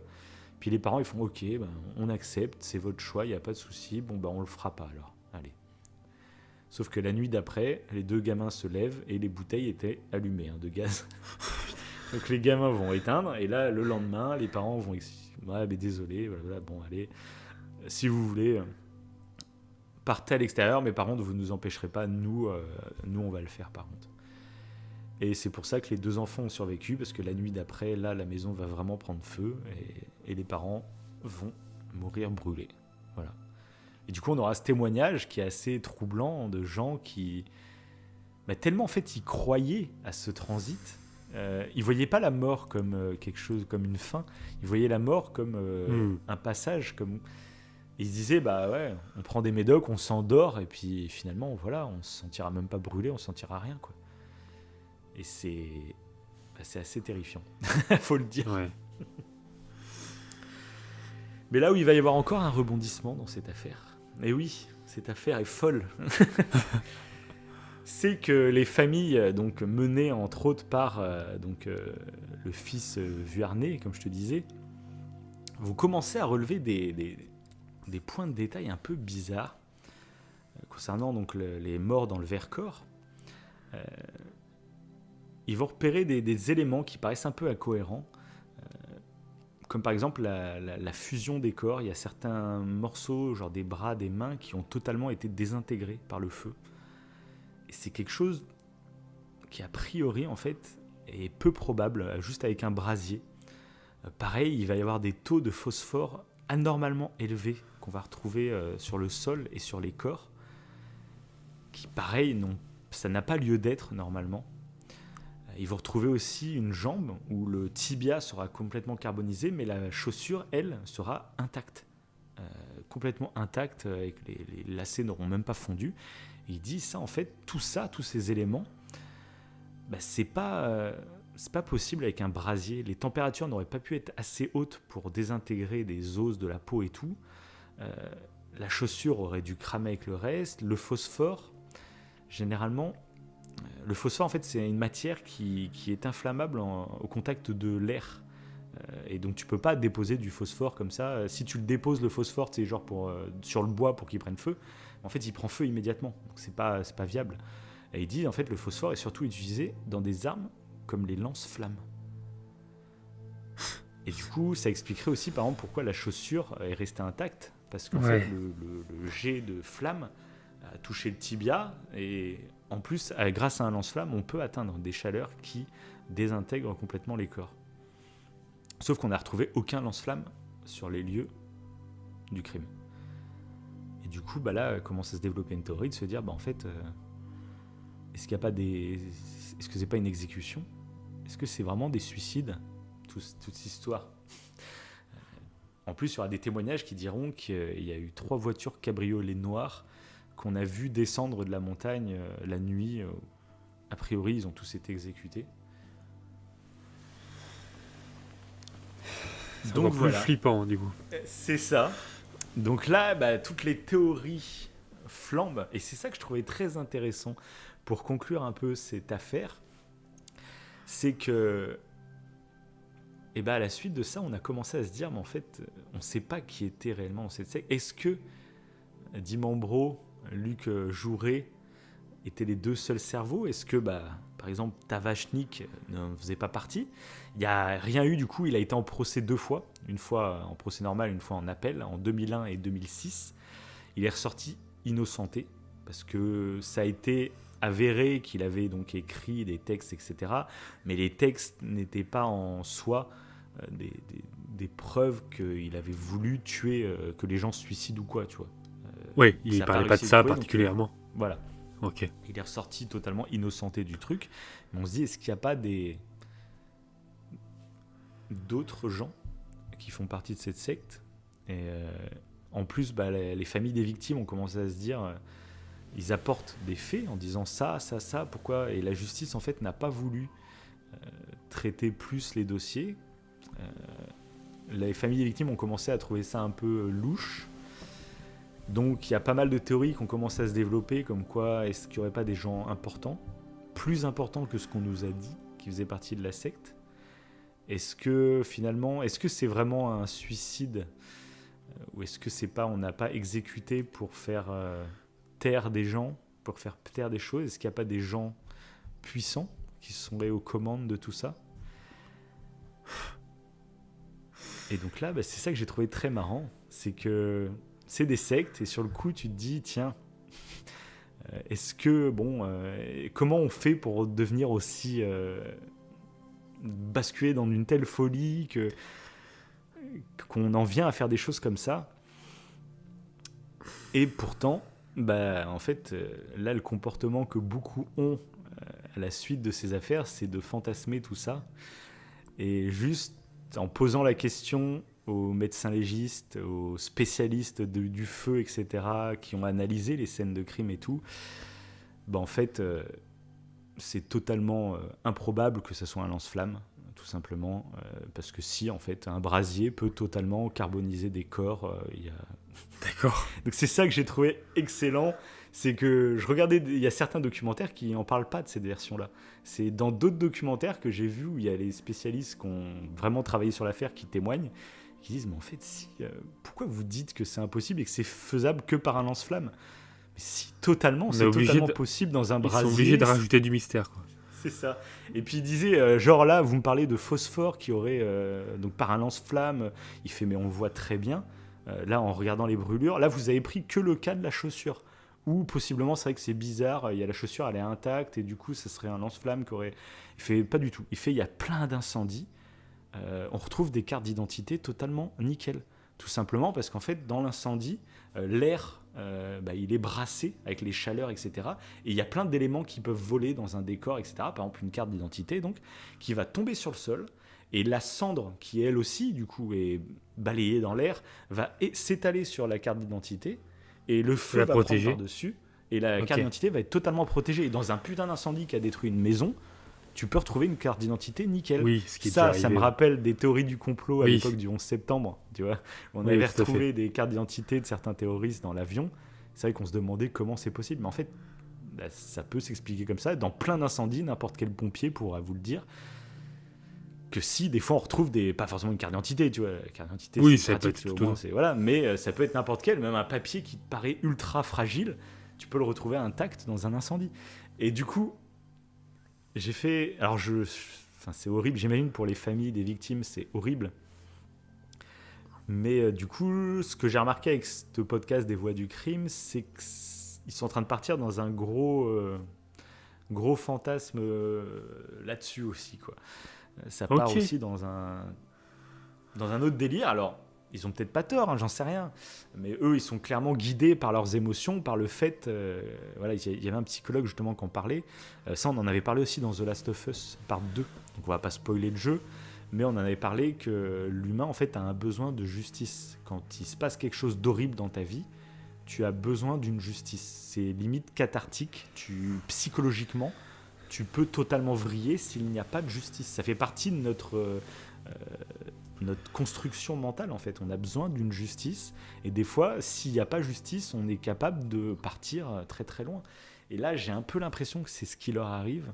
C'est qu'ils ont besoin d'un coupable. En plus, il y avait ce fameux Tavachnik qui, du coup, est ressorti innocent de tout ça. Et du coup, il y a un sentiment d'injustice totale. Parce que même si, tu vois, ça doit être horrible. Imagine quelqu'un tue tes parents, mais il se suicide juste après. T'es là, non, j'ai envie d'un responsable, j'ai envie de quelqu'un d'autre, j'ai envie que quelqu'un paye pour ce qui s'est passé à mes parents, tu vois. C'est totalement humain, c'est totalement... Voilà. Et j'ai l'impression que c'est un peu ce qui se passe. Et donc voilà, Mais c'est pour dire que voilà, on peut tous basculer. Et là, même moi, quand j'ai regardé les premiers documentaires, il y a ce petit mystère complotiste qui traîne. Ah oui, parce que j'y croyais, moi, du coup. Là, tu as donné plusieurs versions. Donc au moins, c'est bien, parce qu'on a... C'est ça, et donc après, là voilà, quand tu vas voir vraiment les policiers qui ont travaillé sur l'enquête, parce que tu sais, de loin, ils disent, ouais, mais les policiers, ils ont mal fait leur boulot, soit ils sont incompétents, soit c'est louche, ils ont eu des consignes pour balayer l'affaire discrètement en disant que c'est un suicide, mais c'est pas un suicide. Et après, en fait, il y a les interviews des vrais policiers qui font, non mais si, en fait, ils t'expliquent pas par pas avec la disposition des corps. Enfin, ils ont vraiment bien fait leur boulot, en fait. Il faut arrêter de les prendre pour des incompétents. Ils ont bien fait leur boulot. Mais c'est trop facile, souvent, de dire ça, que ouais, les flics ont mal fait leur boulot. C'est des incompétents. Et en fait, on les interviewe pas eux-mêmes. Et eux-mêmes, ils vont dire, bah si, en fait... Donc, bref, ils ont pas de doute. Ouais, ok. Voilà. Ouais. Donc peut-être, à mon avis, je pense surtout qu'il y a d'autres adeptes... qui du coup depuis le temps il n'y a pas eu d'autres, du coup depuis 97 il n'y a pas eu d'autres faits divers liés à ça, de suicides de masse ou etc. Donc on ose espérer que s'il reste des adeptes, c'est des adeptes qui ont pris conscience, qu'il y a des témoignages d'adeptes qui en sont sortis, et du coup bon, On ne sait pas combien ils étaient en tout, mais a priori, les têtes pensantes sont parties. Et tout simplement, toi, le truc le plus simple, c'est de se dire que la secte, elle a tenu un certain temps. C'est un peu aussi, on en parlait dans l'émission Once Upon a Time in Hollywood, avec Charles Manson, qui a fait vivre sa secte pendant un certain temps. Et puis au bout d'un moment, il y avait problème d'argent, problème de tout ça. Il n'arrivait plus à les maintenir avec les drogues, etc. Et ça allait basculer. Donc il a voulu faire un coup fort en allant tuer des riches, on va dire, pour faire passer sa secte dans un autre level, on va dire, tu vois. Et souvent, c'est ce qui se passe pour les groupes sectaires, c'est que les mecs qui sont à leur tête, tant que ça monte, ils sont en plein kiff, ils entretiennent le truc, mais au bout d'un moment, en fait, si ça stagne ou que ça commence à se casser la gueule, ils ne l'acceptent pas. Il faut trouver quelque chose, ouais. À mon avis, t'es tellement imbu de toi-même, parce que t'es considéré comme un dieu sur Terre par des gens, c'est inconcevable de voir le regard de ces gens changer et ne plus te voir comme le dieu que tu as été. Et je pense que tu peux en venir à des drames comme ça.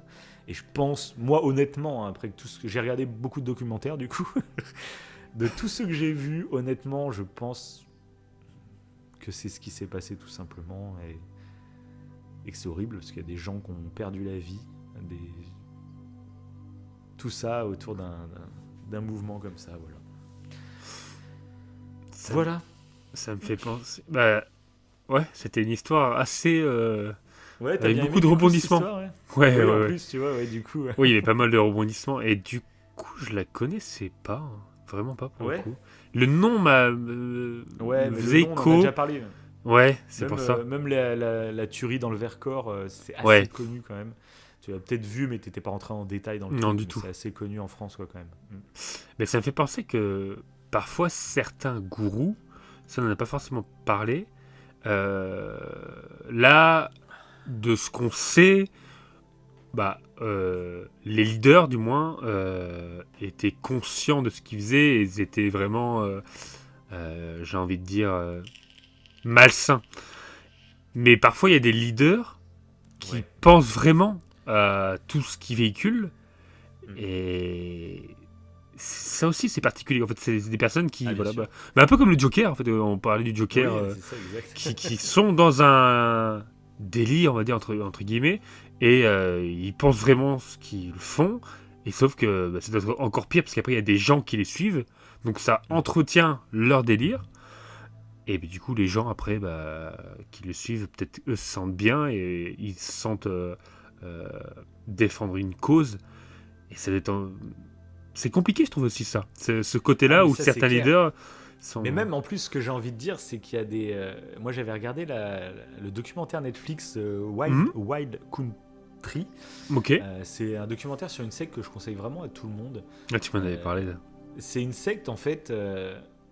parce qu'il y a des sectes qui ne sont pas dans un but malveillant, finalement. C'est ça, c'est ça. Qui sont juste une autre façon de voir la vie. Et là, cette secte-là, par exemple, s'installe aux USA dans un village complètement paumé, en pleine cambrousse, etc., où il y a, je crois qu'ils étaient une trentaine d'habitants ou un truc comme ça. Et ils achètent un ranch, et à l'intérieur, en fait, ils créent leur communauté qui est totalement... sur l'agriculture bio, enfin il y a tout un truc avec plein de préceptes très très bien pour travailler la terre, de manière écologique, etc. Il y a tout un délire sur la liberté sexuelle et la non-propriété, enfin il y a plein de trucs, en fait tu te dis chacun voit la vie où il veut, tant que tu fais du mal à personne, il n'y a pas de souci. Et ce documentaire est très intéressant parce qu'en fait ce qui va se passer, c'est que les habitants de la petite ville, eux, direct, ils vont être très... ils ont peur, donc ils vont être très offensifs vis-à-vis de cette secte. Ok. Et en fait, tu te rends compte dans le documentaire que si les villageois ne réagissaient pas mal à l'arrivée de ce groupe sur leur terre, on va dire, ça se trouve, tu sais pas où aurait été la secte, mais là, en fait, petit à petit, les deux vont finir par s'affronter. Ça va prendre de l'ampleur et ça va tourner, je vous dis pas comment, mais ça va tourner un peu mal. Mais tu dis qu'il y a plein de mouvements comme ça où là on parle souvent des sectes où il y a justement des gourous complètement nocifs, complètement comme ça, mais il y a plein de sectes, on va dire, avec des gourous qui sont complètement convaincus par leurs mouvements, convaincus par leurs choses, et c'est ça qui est compliqué en fait. Mais d'où l'intérêt de ce que tu disais au début, d'essayer d'éviter de juger en fait, parce que là, on a envie, en fait, presque, quand on sait qu'il y a l'existence d'une secte, je sais pas, de tout faire presque violemment pour que ça s'arrête. Alors que parfois, là, je trouve que l'exemple, faut que je la regarde, cette série, je pense. Le Conti, parce que vraiment, quand tu regardes le documentaire, tu sais que c'est une secte, donc forcément, tu y vas avec des a priori. Puis petit à petit, en fait, tu te rends compte, la secte, en fait, a fait rien de mal. Et du coup, tu commences à... Après, au début, tu comprends les villageois. Quand ils viennent, il y a des mecs qui arrivent habillés totalement en rouge, je crois, ou je sais plus quoi. C'est chelou, c'est flippant de base, quoi. Donc, tu es du côté des villageois. Mais petit à petit, tu te rends compte que la secte, ils font rien de mal. Ils ont acheté un terrain, ils vivent à l'intérieur de ce terrain. Quel moment tu dis ils font chier personne, à quel moment et donc tu commences à en vouloir aux habitants, mais sauf qu'il va y avoir une réaction de la secte et ainsi de suite. Enfin, c'est un documentaire qui te fait changer ton point de vue suivant les épisodes, tu vois, et jusqu'à la fin où c'est une des plus grosses sectes mondiales encore aujourd'hui, hein. Le mec est, je dis pas ce qui lui est arrivé au gourou, on va dire, mais c'est vraiment quelqu'un qui est considéré comme un messie. C'est pas mal en Inde, hein, que sa secte se développe. Et c'est un vrai mouvement. Mais aujourd'hui, tu vois sa secte aujourd'hui. Les gens, il y a des Français qui vont rejoindre sa secte là-bas. Mais en Inde, c'est considéré comme juste un mouvement religieux, tu vois. C'est pas considéré comme une secte aussi. Et il y a des gens qui s'épanouissent dans sa secte aussi. Donc c'est putain de compliqué. Mais c'est compliqué. Mais c'est intéressant, du coup, c'est pour ça que moi j'aime bien regarder. J'avais regardé la scientologie, donc on va rien dire parce que sinon on va se faire exécuter. Hein, si... Mais la scientologie, je vous conseille, il y a pas mal de documentaires aussi à regarder là-dessus. C'est très intéressant parce qu'il y a pas mal de documentation sur leur technique d'engrenage, comment ils t'engrainent à devenir comme t'es. Il y a plusieurs étapes, pareil. Des étapes à base surtout tu sais, genre des jeûnes où tu vas jeûner pendant tant de temps, et du coup tu vas avoir vraiment des vrais effets sur ton corps, et c'est ça qui est intéressant, c'est qu'ils vont vraiment agir sur ton corps pour voilà. Enfin, l'histoire de la scientologie est passionnante parce que alors là c'est vraiment un délire d'un ancien écrivain. Je sais pas, ceux qui sont pas au courant de ce que la scientologie, mais c'est les délires d'un ancien écrivain de science-fiction qui bidait, et du coup il a décidé d'écrire en gros sa Bible en version science-fiction. Sauf que il l'a vraiment poussé très loin, donc je ne l'ai pas lu, hein, mais c'est ultra long, il y a je ne sais pas combien de pages, enfin, c'est immense, et sauf que ça sert de base maintenant à toute la scientologie. En gros, il crée une sorte de bible de science-fiction qui finalement, en fait, il s'est rendu compte qu'il y a des gens qui y adhéraient, comme par exemple moi je suis fan de Star Wars, tu vois. Là c'était un peu le même délire, il y a des gens qui devenaient fans de sa bible, on va dire, et petit à petit, c'est devenu des vrais préceptes de vie. Et ça a formé la scientologie. Enfin, c'est un truc de ouf. Et petit à petit, il y avait vraiment des étapes. Tout est gravé dans le marbre. Enfin, c'est super intéressant aussi de voir comment ça fonctionne. Et donc voilà. Ça me fait penser. Je crois que t'as un petit cours sur le sophisme. Je pense que la transition était parfaite pour parler justement du sophisme. Ouais, comme ça on conclut tranquillement l'émission. Voilà. Et puis ça va être beau. C'est parfait. Donc comme je le disais tout à l'heure, le sophisme, c'est une illusion logique. Donc un raisonnement fallacieux qui a une apparence de vérité, mais qui est délibérément conçu pour tromper ou faire illusion. Voilà.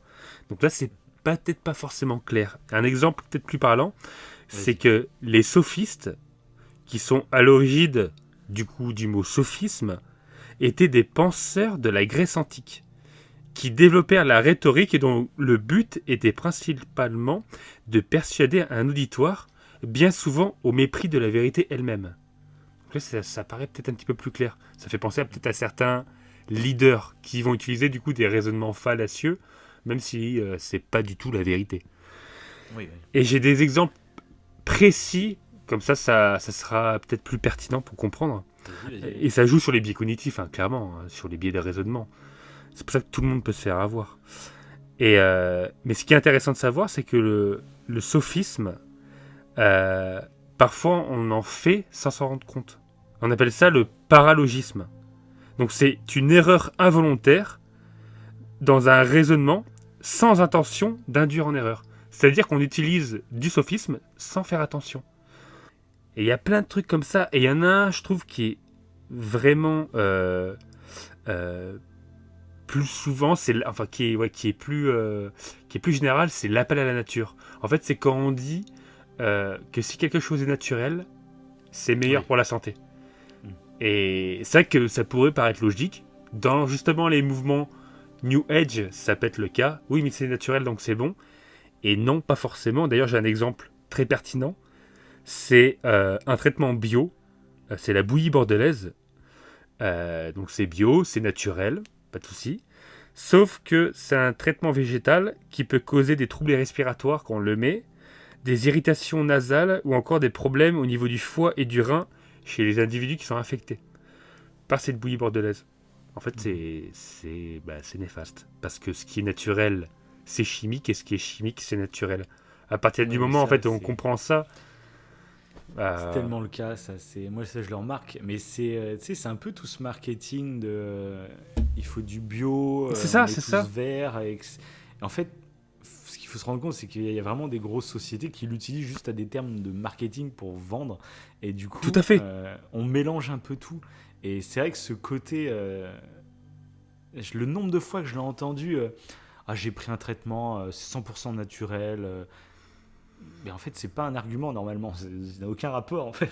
Mais c'est ça, ça peut paraître logique. Est-ce qu'il est efficace ou non, et que ce soit naturel ou pas, en fait, on s'en fiche finalement. Tout à fait. C'est ça en fait le côté un peu vicieux du sophisme, c'est que sur le coup, ça peut paraître logique. Mais moi, je me suis fait avoir par l'appel à la nature ou parfois l'appel à la tradition. Ça fait des années qu'on fait ça, donc c'est bien. Non. Puis en plus, quand ça rejoint un biais de confirmation, là, c'est fini. Ah oui, c'est ça. Là, c'est foutu. C'est ça. Après, mais il y en a plein. Et l'appel à la tradition, j'ai eu un truc tout bête. C'est pas vraiment un appel à la tradition, mais c'est juste pour montrer des fois des incohérences toutes bêtes. C'est que l'autre jour, je discutais avec quelqu'un des claviers qu'on a sur nos téléphones, etc. Et que nous, en France, c'était les claviers AZERTY. Donc en Amérique, c'est les claviers QWERTY, etc. Et en fait, AZERTY, il y en a plein qui pensent que c'est en fait les lettres, donc c'est pas dans l'ordre de l'alphabet, parce que c'est plus facile pour taper sur... en fait, les lettres sont dispatchées de façon que ce soit plus simple de taper sur un clavier, tu vois. Sauf qu'en fait, c'est pas ça. Ça, c'est une idée reçue. La vérité, en fait, c'est que c'est les claviers à l'époque des machines à écrire.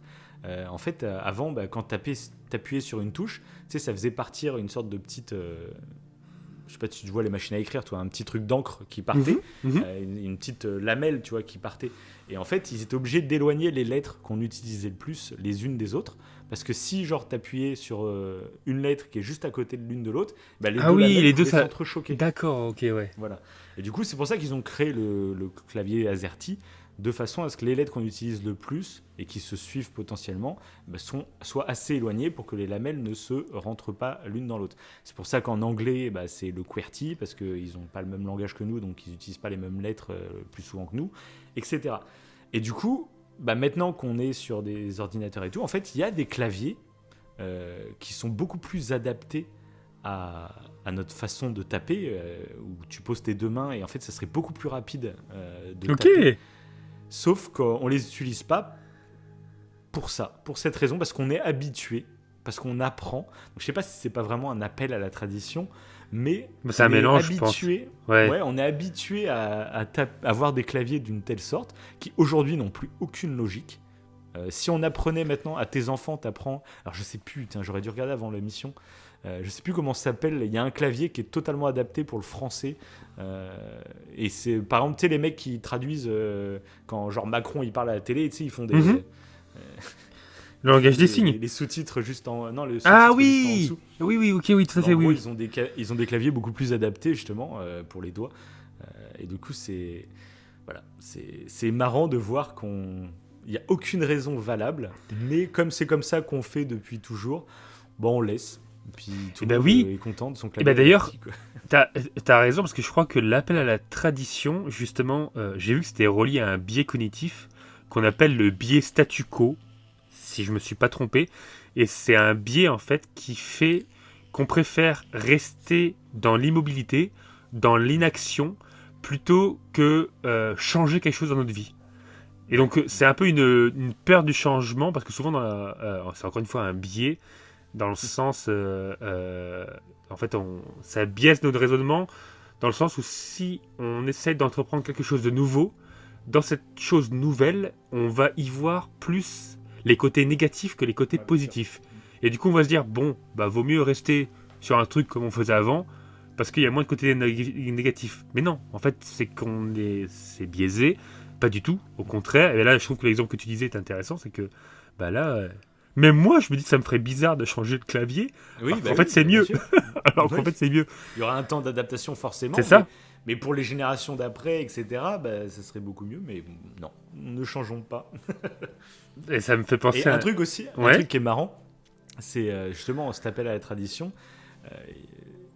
Tu te dis, ouais, mais nos ancêtres, ils faisaient comme ça, ils avaient raison, etc.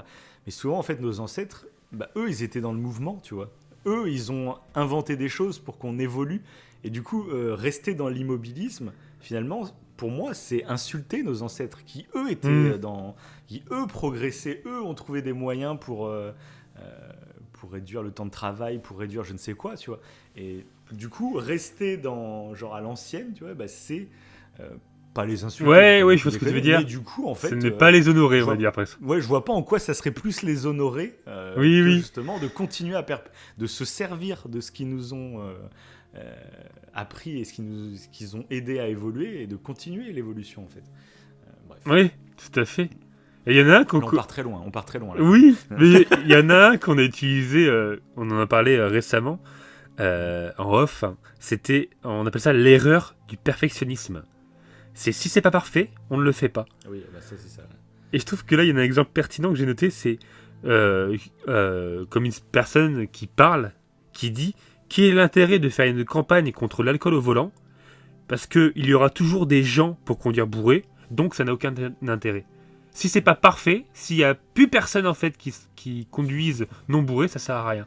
Et on a cette aversion aussi au fait que si c'est pas parfait, bah enfin bon là, il y en a plein. Franchement, il y en a plein. Si vous voulez aller voir d'autres choses, d'autres arguments fallacieux comme ça, tapez sur Google rhétorique fallacieuse, le guide du débrouillard, et il y en a plein, c'est super intéressant.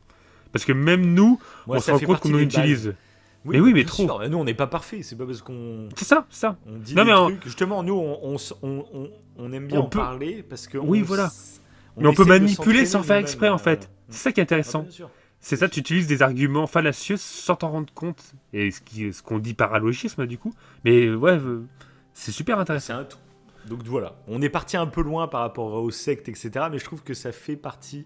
C'est de la manipulation. C'est un tout. Et le fait d'en discuter, peut-être qu'on parle dans le vent, peut-être que voilà, mais discutez-vous entre vous, etc. Et je pense que le jour où tu es confronté justement à de tels discours, t'as peut-être une petite alarme, tu vois, qui se déclenche dans ta tête et qui dit « Ouh là, attends, on est en train de me faire quel truc ?» D'ailleurs, peut-être ça peut servir, peut-être que cette émission ne servira à rien. Mais justement, pour rester là-dedans, avant de conclure, allez regarder la chaîne YouTube Hygiène Mentale. Honnêtement, c'est une chaîne YouTube indispensable, on est d'accord. Pour moi, c'est peut-être la principale que tout le monde devrait aller voir. Voilà. Il est très pédagogue, il ne donne pas de leçons à qui que ce soit, il explique juste c'est excellent. Très simplement, c'est accessible à tous et gros respect à lui en tout cas. Parfait. Bref, je vais conclure avec une petite citation. Parce que j'ai même préparé une citation. Ok. Et donc c'est une citation de Nietzsche et il a dit « Quand on a la foi, on peut se passer de la vérité. » Ah, c'est beau. Allez, salut. Ciao.